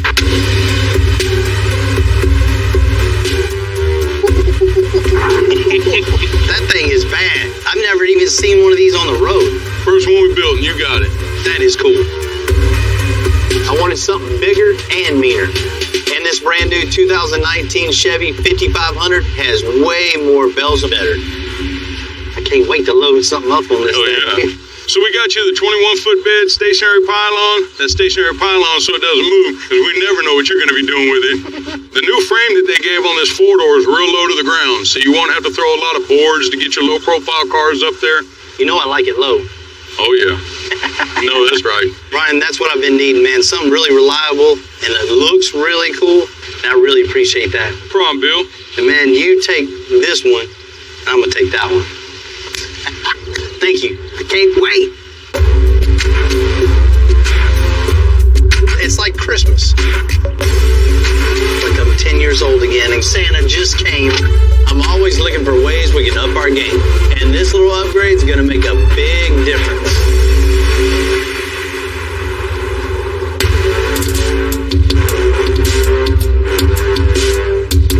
I got a call from my old buddy Jewel. He wanted me to come by and check out a project that he's been working on for quite some time. What's happening, Jewel? What's going on, Mr. Bill? How you doing, man? All right. This is it, huh? This is it. Oh, El Camino, man, you don't see too many of these things. That's right, Bill. 1973. The El Camino had a run for almost 30 years. This one is a 4th generation in the past couple of years. We've had our hands on it by building a chassis, adding coilovers, and putting a new 6.2 in it. So I know you already have the chassis done. You already have the engine in this thing. What color is it going to be? Black, shiny black. Man, that's going to look good. That's There's right. only one thing left. The interior. And that's where you come in there, Bill. Yeah. I need the interior to look like the outside of the car. Fabulous. Well, you know we got you on that. The reason I won't be able to do my interior because I like how he custom do everything. So what are you thinking, Jewel? This car's a 1973, man. I want it to look like a 2073. So something totally futuristic. Just get rid of everything that's in here and come up with something totally custom. That's what I'm looking for. On these old bucket seats, you kind of want to stick with something like that. What I need old for? Chunk it. So something just totally unique, totally custom. As far as the dash, we'll come up with something that looks really cool. New cluster that might hold them things in a little better than that. New AC vents. We got to build you a really cool console that flows from the dash all the way back. That's right. Totally free-flowing and totally look futuristic. That's what I'm talking about. And as far as stereo, I want them to hear me when I'm coming down. so you want something loud looking, you want loud sounding. See, Bill, you know exactly what I'm talking about. This thing's going to be cool. It's going to be our first El Camino interior for sure. I'm ready. As soon as they get paint on this, have them drop it off, we'll get this thing. This has been a big project for Jewel. It's been years to get just to this point. And in the end, it's the tiniest details that take this whole thing over the top. Clear? Yeah, we're clear. Coming down.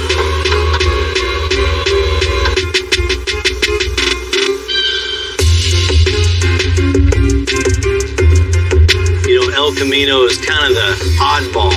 It's not really a truck. It's not really a car. So some people love them. Some people hate them.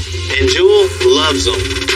Most definite challenge to make it different, making it futuristic and something that, you know, he can enjoy for years to come that won't be outdated.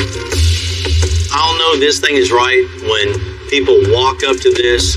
They will automatically think this is a cool custom truck car.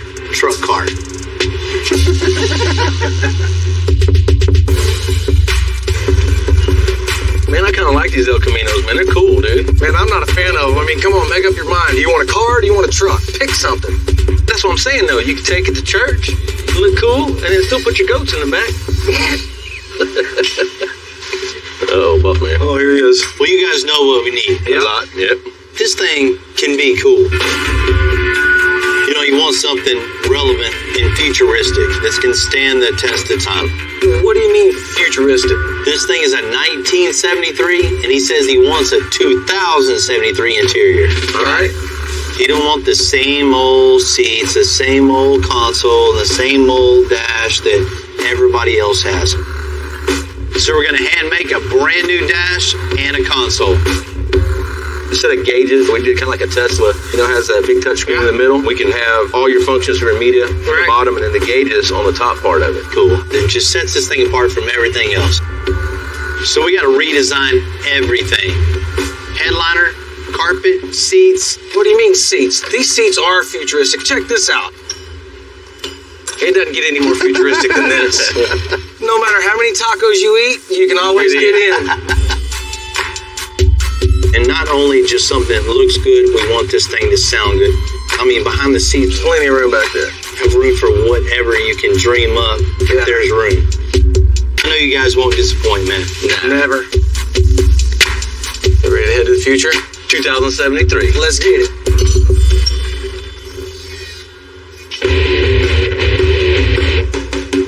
Because it's a complete do-over, Heath and John are going to take this thing all the way down to the bare metal. I'm gonna lean it back. Can you unplug the airbag for me? Yeah. This old dash is made of plastic. It's just gonna crack and crumble. There's no way we can fix it. So instead of messing with it, we're just gonna rip it out and build something new.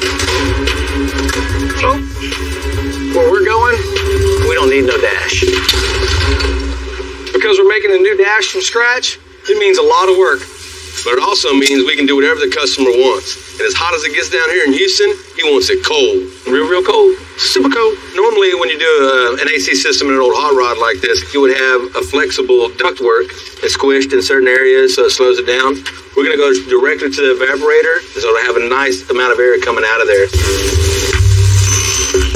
So what we're going to do is build our own vent system off of this. Basically, I'm making a box which will feed into the vent chamber. I'm going to curve this way so it forces the air that way instead of bouncing around in here. Our other vent's going to force it into a Y pattern. It's going to take the air and disperse it across this whole area straight up. Functionality-wise, I think it's going to be good. It's important that we get this plastic weld on the end. Pull it back and then push it forward, and it makes like a little bridge. Looks almost like a MIG weld. It takes a little longer than glue, but it works well. Real good way of bonding those plastics together. A lot of people, they're afraid to do a dash because it is a big undertaking. You can't be afraid. You can't have any fear. Once I built my first one, I was hooked because it really separates you from the crowd. Nobody will have another vehicle like yours. I've done interiors on cars that have been second, third place cars. And we do an interior with a dash in it, and now it's best to show everywhere it goes. So it's definitely worth it.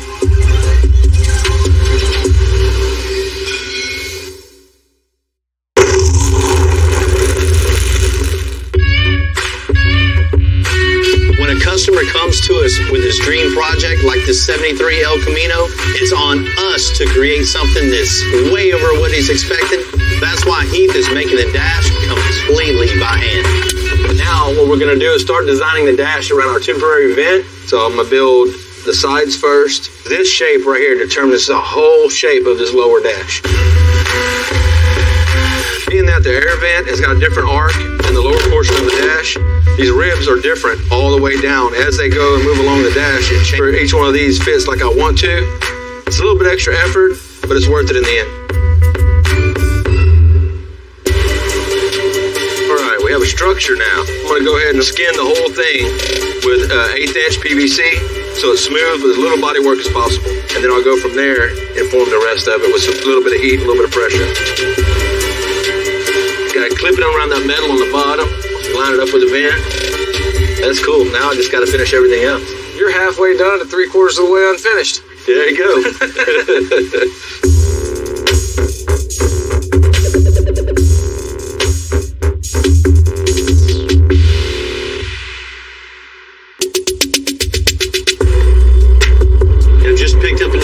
Running it back to the shop.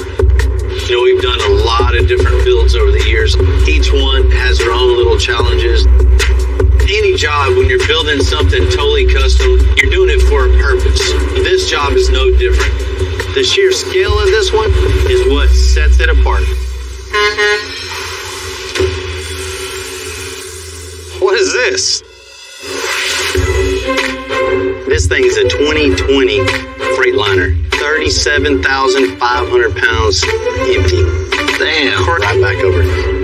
The city has these wreckers well equipped to pull the biggest vehicles out of any jam. There's one problem with this that hadn't been addressed.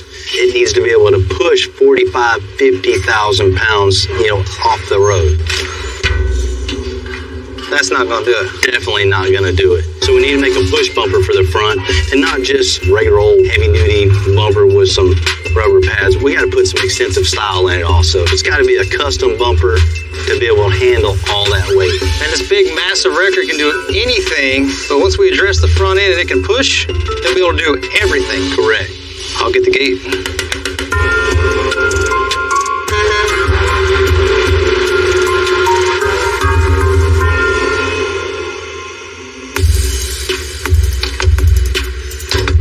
The new wrecker smell.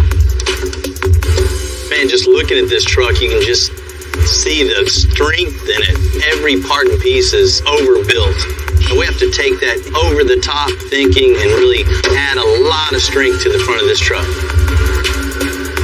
You know, there's a lot of projects that come through the door where, you know, they have to have strength and style, but this one is times 100. It's a cool truck, huh?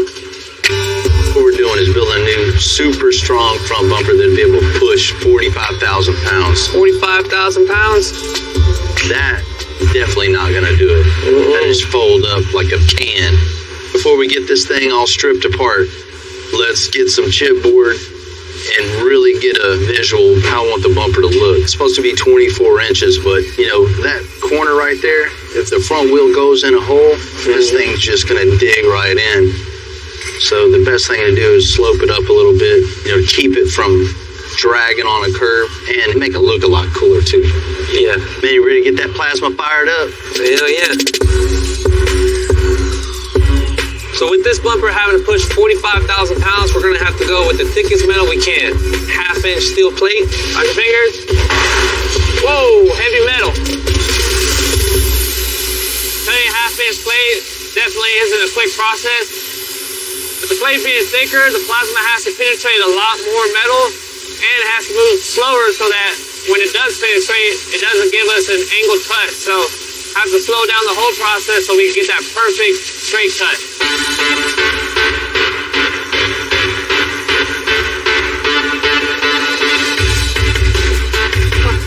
Now just take it off the table, clean it up, see how it looks. Rudy did a great job burning this out. 1/2-inch plate, super strong. This is exactly what this thing needs to be able to push the weight it needs to push. The next thing we need to tackle is the bumper brackets. We're going to weld this bracket right to the back side of this plate here. Basically, it's going to tie to the front of the truck here and bolt to these bolts here. Then we're going to bend a 90 on it. That's where the strength needs to be to get out here on the side. So it's really critical to build a bracket that's really strong, coming all the way out pretty much to the end of the bumper.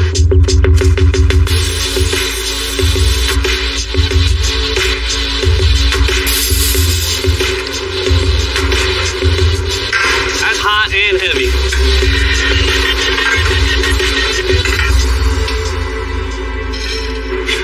Got it? Yeah. You ready to bend it?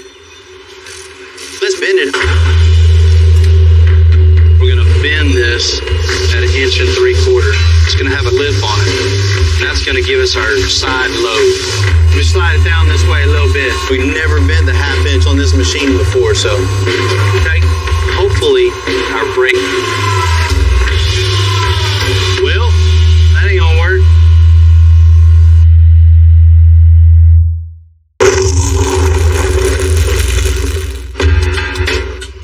You know, with all the flash floods, hurricanes we get down here in Houston, the city wants a bumper on the 2020 Freightliner to be able to push 45,000 pounds. Our new 1/2-inch steel bumper is definitely going to do the trick, but our brake wouldn't do the job, wouldn't cut it. In this case, wouldn't bend it. Luckily, I got a guy right around the corner in the neighborhood. He's got a big enough press to get this job done, and that's where I'm heading right now. Hello. Tracy, what's up, man? Not much. How are you? Man, I'm doing good, but I got a little problem. What you got? I got a piece of 1/2-inch plate, 6 feet long. My brake just isn't cutting it. 1/2 inch? Come on now. Can you help me out? Let's take a look. I know this is nothing for you, Nothing. man. It's a little baby. we can help you out with this. Piece of cake for us. We do it all the time. We have a 1,000-ton press brake, so that's 1,000 tons of pressure coming down, so they can definitely bend some steel. So from this line out, I needed 2 1/4. That's why it's at different tip. Yeah. All right, let's set it up and see what she does. Compared to the steel that Casey bends from day to day, this bracket is tiny. So with this machine, they're gonna just make sure they get the right angle. Okay. This thing bent that like butter. Then now you go like this. Perfect. Look at it. Man, that's on the money right there. Appreciate that. Thank you, man. This is exactly what we need. It's a perfect 90 degrees. Once we get this on the bumper, it's going to be able to push whatever's in front of it. You better look out. Don't get in its way.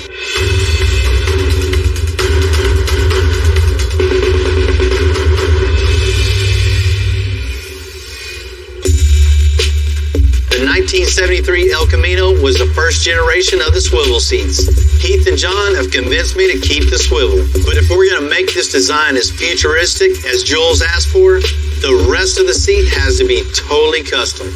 As you can tell, this seat isn't very futuristic looking. We're going to strip it down, get all this off, get the foam out of it. We just need to figure out a mount and a shape for our headrest mount that we're going to have on here. This has to go. Coming up with this seat design, I kind of thought of what you would see in, like, sounds kind of corny, but like a spaceship or something, without being too spacey. For this, to expanded PVC, we're going to use a router because it's got a flush trim bit on it. We can go all the way around, and every piece we make will be the exact same size. There we go. Looking pretty good. We're going to set it in the car, see what it looks like. So far, I like it. And now we just got to get the foam looking futuristic like the rest of the seat. It's going to look cool. What we're using for this seat is a high density foam that lets us get a good hard line for our shapes and the design that we're going after. Even though I'm not a huge fan of El Caminos, in all honesty, it just makes me want to take this one over the top even more, so even I love it. Take some PVC, heat mold that into place. We're going to use a weighted sandbag here once it's all nice and hot. You mean this? Yeah, go for it. It'll mold and bend in the way we want to, kind of contour to the seat.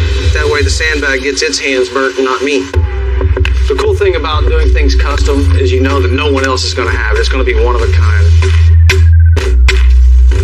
I like the creative aspect of it and actually making something out of my mind.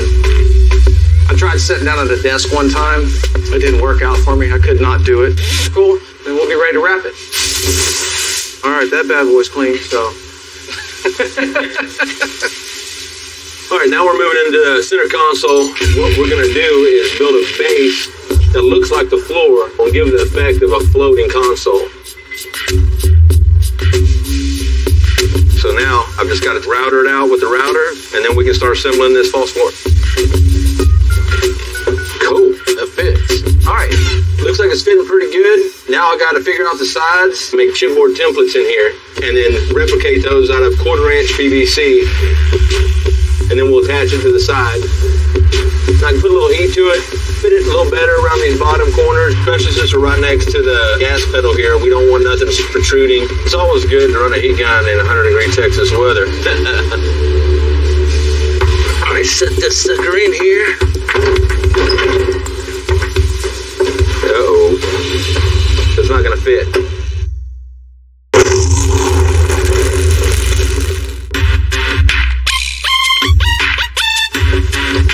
That's not gonna work. Even though we're building a custom one-of-one interior on this 73 El Camino, it's definitely not a blank slate. Because we got to build in the confines of the original design of the close creativity happens. Well, as you can see, this thing isn't gonna swivel. It's too wide here, too tall. We're gonna have to modify this console. So, looks like I got work to do. Doing custom stuff like this, there's always something, man. So, you can't let it get to you. If it was bolt in and easy, then everybody do it. So, it ain't easy being cool.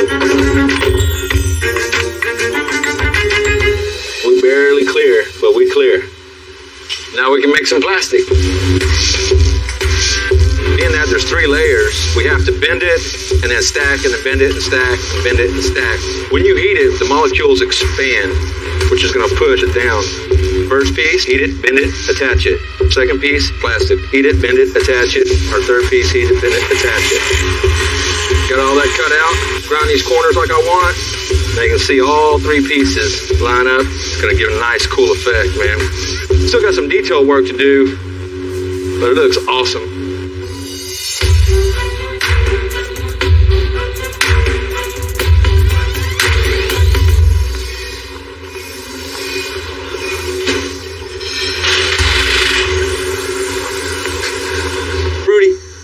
Yeah, man. See what we got. Think it's gonna fit? Yeah. Rudy's done an awesome job getting these half-inch steel pieces ready. Now we can tack them on the truck. Okay, next piece, we got our upper bumper bracket. Plug 2 holes in this. We'll be able to bolt that sucker. This really supports the edge of the bumper out here. Look good. It's gonna look good. This thing looks mean. Compared to what it was before and what it is now, night and day. Man, let's sit there and tack it. The placement of the bumper pieces are really important to give it the right form and function. Hey, hold that big flat bar up against it. It looks like it's too far in on the top. Here, let's just tack it to it. You know, the long straight edge right there, you can see exactly where the grill is versus the straight edge. It's farther out on this side from the fender to the top of the bumper. Fender, see it? You have the straight edge with the grill and the bumper, you know it's on the money. Hold it a lot, huh? This thing looks good, huh? Looks damn good. Yeah, we got a great start, but right now it just looks like we found a piece of plate 45 the corners and make the wheel opening continue all the way down into the bumper. So from the side, it looks like it fits the truck. That'll work. Let's go with that. All right.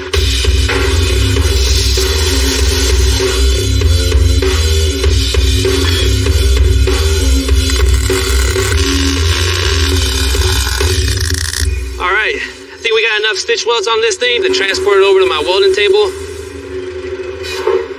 So being our big beefy bumpers made out of half-inch plate, my welding process is going to be stepped up just a little bit.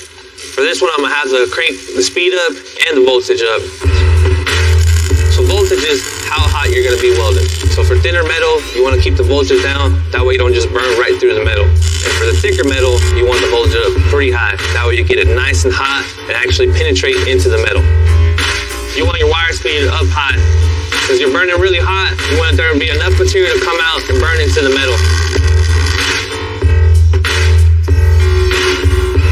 Well, it looks like we're done welding our bumper completely out. What we're going to do next is we're going to go ahead and grind down our welds on the top of the bumper and the front of the bumper, make it look nice and smooth, and then send it over to powder coat.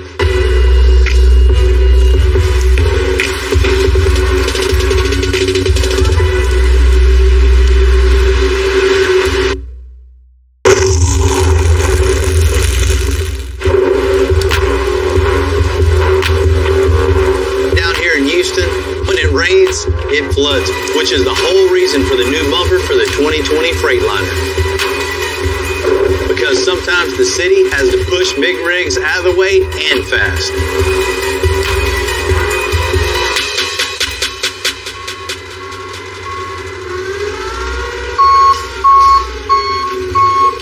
Now that the bumper is back from powder coat, it's time to cut some rubber for an extra layer of protection. Is you? Man, I need some speakers in here, man.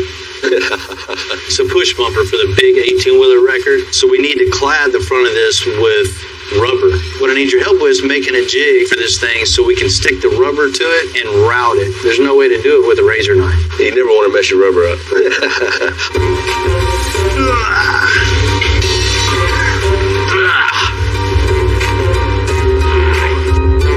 You know, this is definitely one of those steps that nobody ever knows that you do. We're taking the time to make sure all the edges, sure this is right when it leaves and looks as good as it can. Man, let's make it just a little cooler. Maybe 3 lines in here. You know, we'll cut out little windows in this. It won't affect anything when it's pushing, but it'll give us a little more color on the front. If we could just spend a little bit more time to make it a lot better project. Man, it makes me sleep better at night. Ooh, thank God it didn't break that.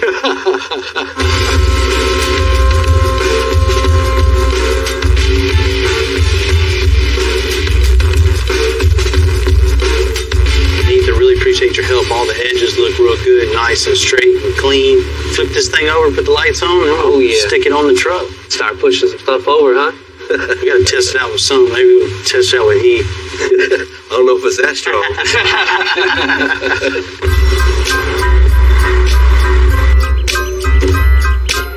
What are you doing? We just built the bumper on the big wrecker, right?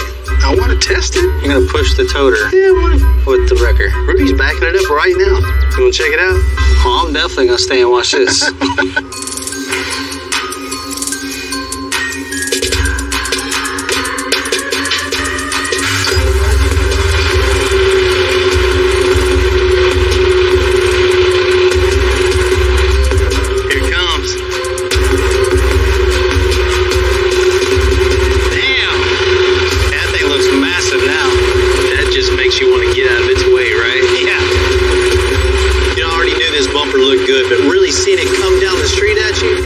Statement for sure.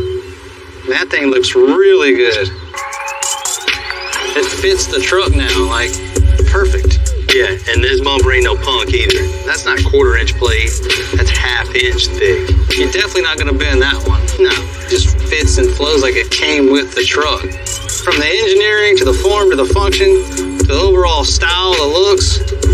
Yeah, I did a real good job. That's the point, right? Look just as good as I do coming down the road. Anybody else hear that dog? From where this thing was, it was just weak. And now, this thing is super strong. And if Timmy's impressed, you know we built something cool. It definitely looks good, fits good. We want to make sure it works good.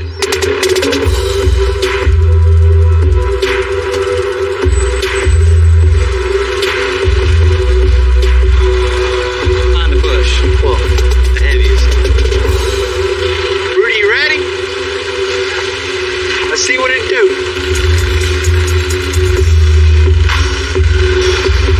Ain't nothing to it, Rudy. Man, got it, man. And no flex at all. Man, no problem. That's form and function right there. Right? No problem at all. 45,000 pounds is nothing for this bumper. I definitely think not only looks good, works good, functions good, and is super strong. And y'all didn't tear up the toter, huh? Yeah, I know you was worried about that. Before we took on the interior, we've been working with Jewel on this 73 El Camino for a while now. We installed a new LS, and Matt's getting this thing running. Now that we got the motor all in it, I got to finish up a couple little things, and hopefully with some luck, it'll fire right up. This is an LS3 throttle body. We just got it painted to kind of go with the overall appearance, better look. The throttle body allows, when you hit the gas pedal, the accelerator pedal, it'll open up and allow the air to flow in. I'm going to go ahead and put the cold air intake on that we had made for it. They're not made to go in the cars we put them in, so there's always little quirks that we got to work. They're flexible, so you can kind of bend them out of the way as you need, keeps them away from the headers. They can handle some heat, but direct contact isn't good for them. Now we're going to try to start it and see where we go.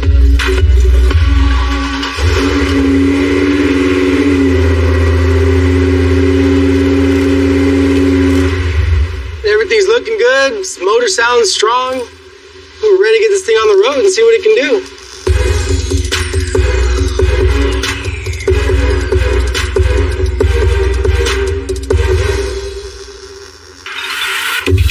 You know, door panels are just one of those things you may never even notice.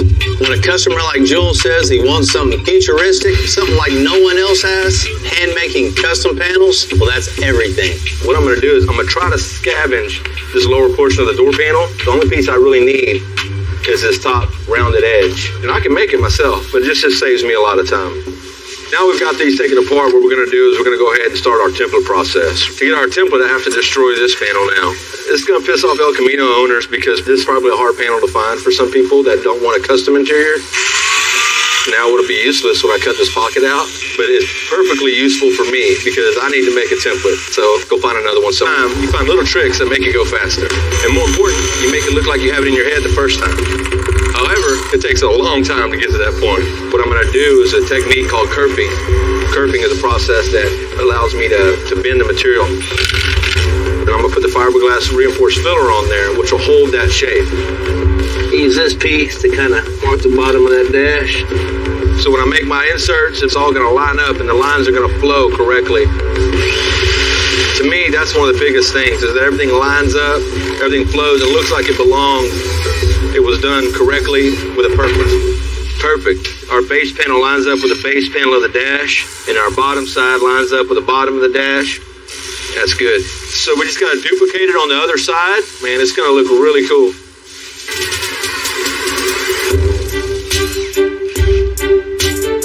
Now that we got the console laid out, it's where it needs to be.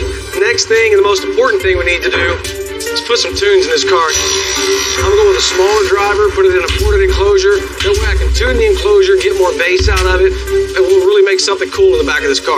All I want to do now is cut a hole for the woofer and a hole for the port. And just like that, hole in the box. Basically what the port does is it tunes the enclosure, get this sound real nice and crisp and tight and solid. We're going to run with a 14¼ inch port. The longer the port, the lower the tuning frequency. This box is tuned at 32 hertz. Now that we got the port in the box, all I got to do, put a little sealant around the outside. I'll run on the inside with some liquid nails to hold it in place good and solid. This box is finished.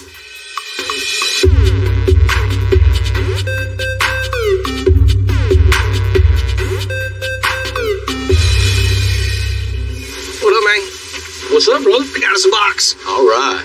With all we're doing, the speaker box on its own just ain't gonna look right. Yeah, so it's gotta look seamless, so we're making a panel to blend it into the entire design. It's gonna be dope.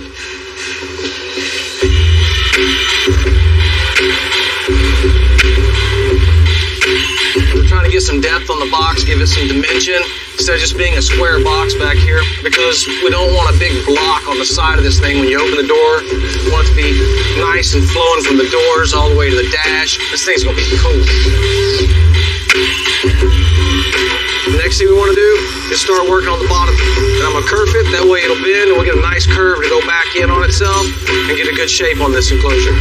Now that we have the curved wood in here, we just need to get it to fit just right and we'll fiber all it in. The main important thing to me was this transition, making these curves more natural looking, helps it all flow back into the car. We don't want it to end, so we're gonna continue it all the way through, make one complete piece of art.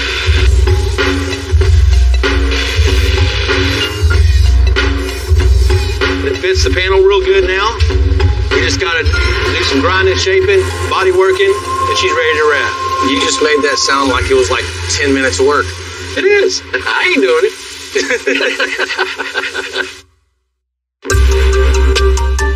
The technology and stuff that everybody has nowadays, it's setting a precedent right now where everything looks machine made. Yeah. And I didn't get into this to be a CAD man, you know? No, not at all, you know.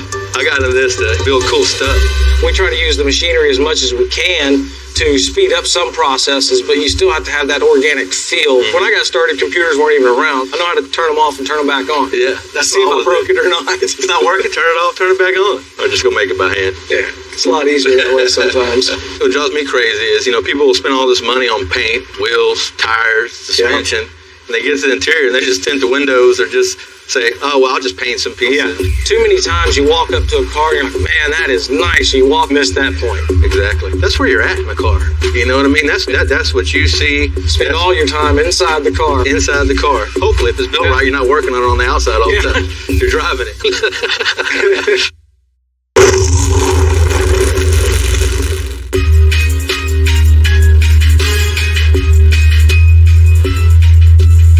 Originally came in wanting red interior on this 73 El Camino, but that classic red, it just doesn't scream the future. So we changed it up, with his blessing of course, to a clean, modern blue leather.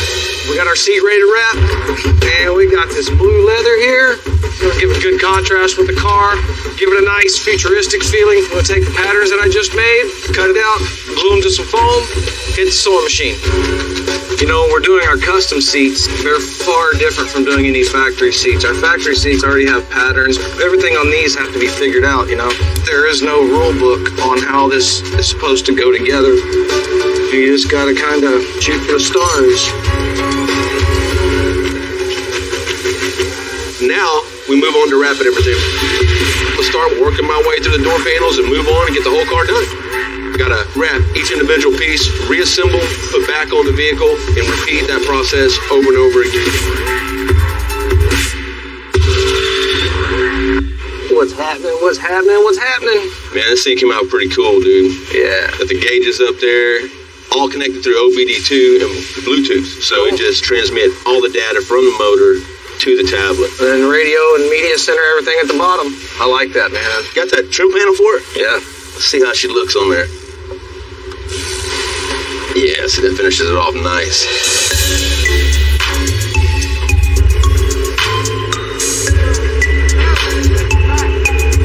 You know, El Caminos have always stood out just for what they are. Part muscle car, part truck. But I can safely say there's never been another one created like we made here. So we're going to take Jewel back to the future so he can see his 2073 interior for the first time.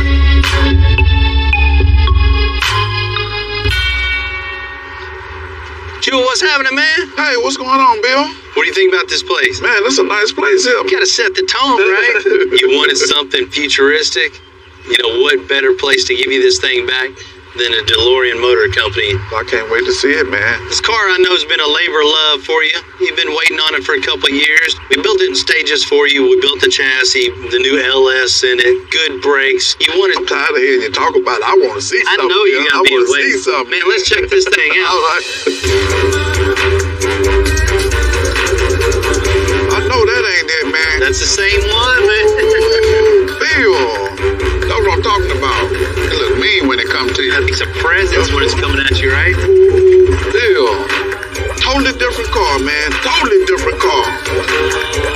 Ooh, man, look at that steering wheel, He's man. the one that's, you know, created this interior, this thing. Man. Ooh, I love you for that, man. I love you, man. Come on, man. Give me a hug, man. I love you for that, man. Man. Car look real good, man. I'm talking about real good. It can't look no better. You know, when it came in, man, it was rough. It's definitely took some time, but it's been a labor of love to really make you something special. When you said 2073, you weren't playing around, Bill. Ooh. Man, it smell brand new. It is brand new. Look at them seats, man. Them seats just make me want to just sit on them. That seat isn't something you can just go buy. These guys shaped every part and piece of this, man, and then they wrapped each individual piece. Calling my name now, man. That seat is calling my name, man. When it first came in, the dash that was in there just wasn't gonna come from scratch. We handmade everything on this thing. We heated and molded all these pieces to get that futuristic shape. See, you see that big line in the middle of the dash? Yeah. You know what that is? What's that? That's your air vent. When you turn your AC on, it blows a solid line of air right at you all the way across. And y'all done took it to another level. A whole nother level. Oh, man. The seats, the headliner, center console, carpet, everything match. You can't ask for it to be done no better. What you don't see is any gauges in the dash. Yeah. That's where they come up with something really cool. That tablet has all your gauges up top. That lower one down there has your radio. 2073. That's what I'm talking about. 2073. Tell them about the system in it. Yeah, we got a Rockford Fosgate 5 channel in here. 10-inch subwoofer. We put on one side, kind of like they would in the future. You have components in the kick panel, and everything's run off a cool app that works just like a radio, but you got navigation, you got everything. I ain't even seen this in the new cars yet. Right? I'm just really impressed with the interior in this. I mean, starting from scratch, building something that's never been seen before, and giving Jules something really that's amazing. You know, shoot, I'm even amazed myself. I can't say enough about, you know, Heath, John, all the guys at the shop. They always step up, putting their heart and soul into... I'm right on up, because I ain't never seen nothing like this. Man, this is everything I can ever want. Come on, man, give me another hug, man. Give me another hug, man. I'm glad you like it, man. Yeah.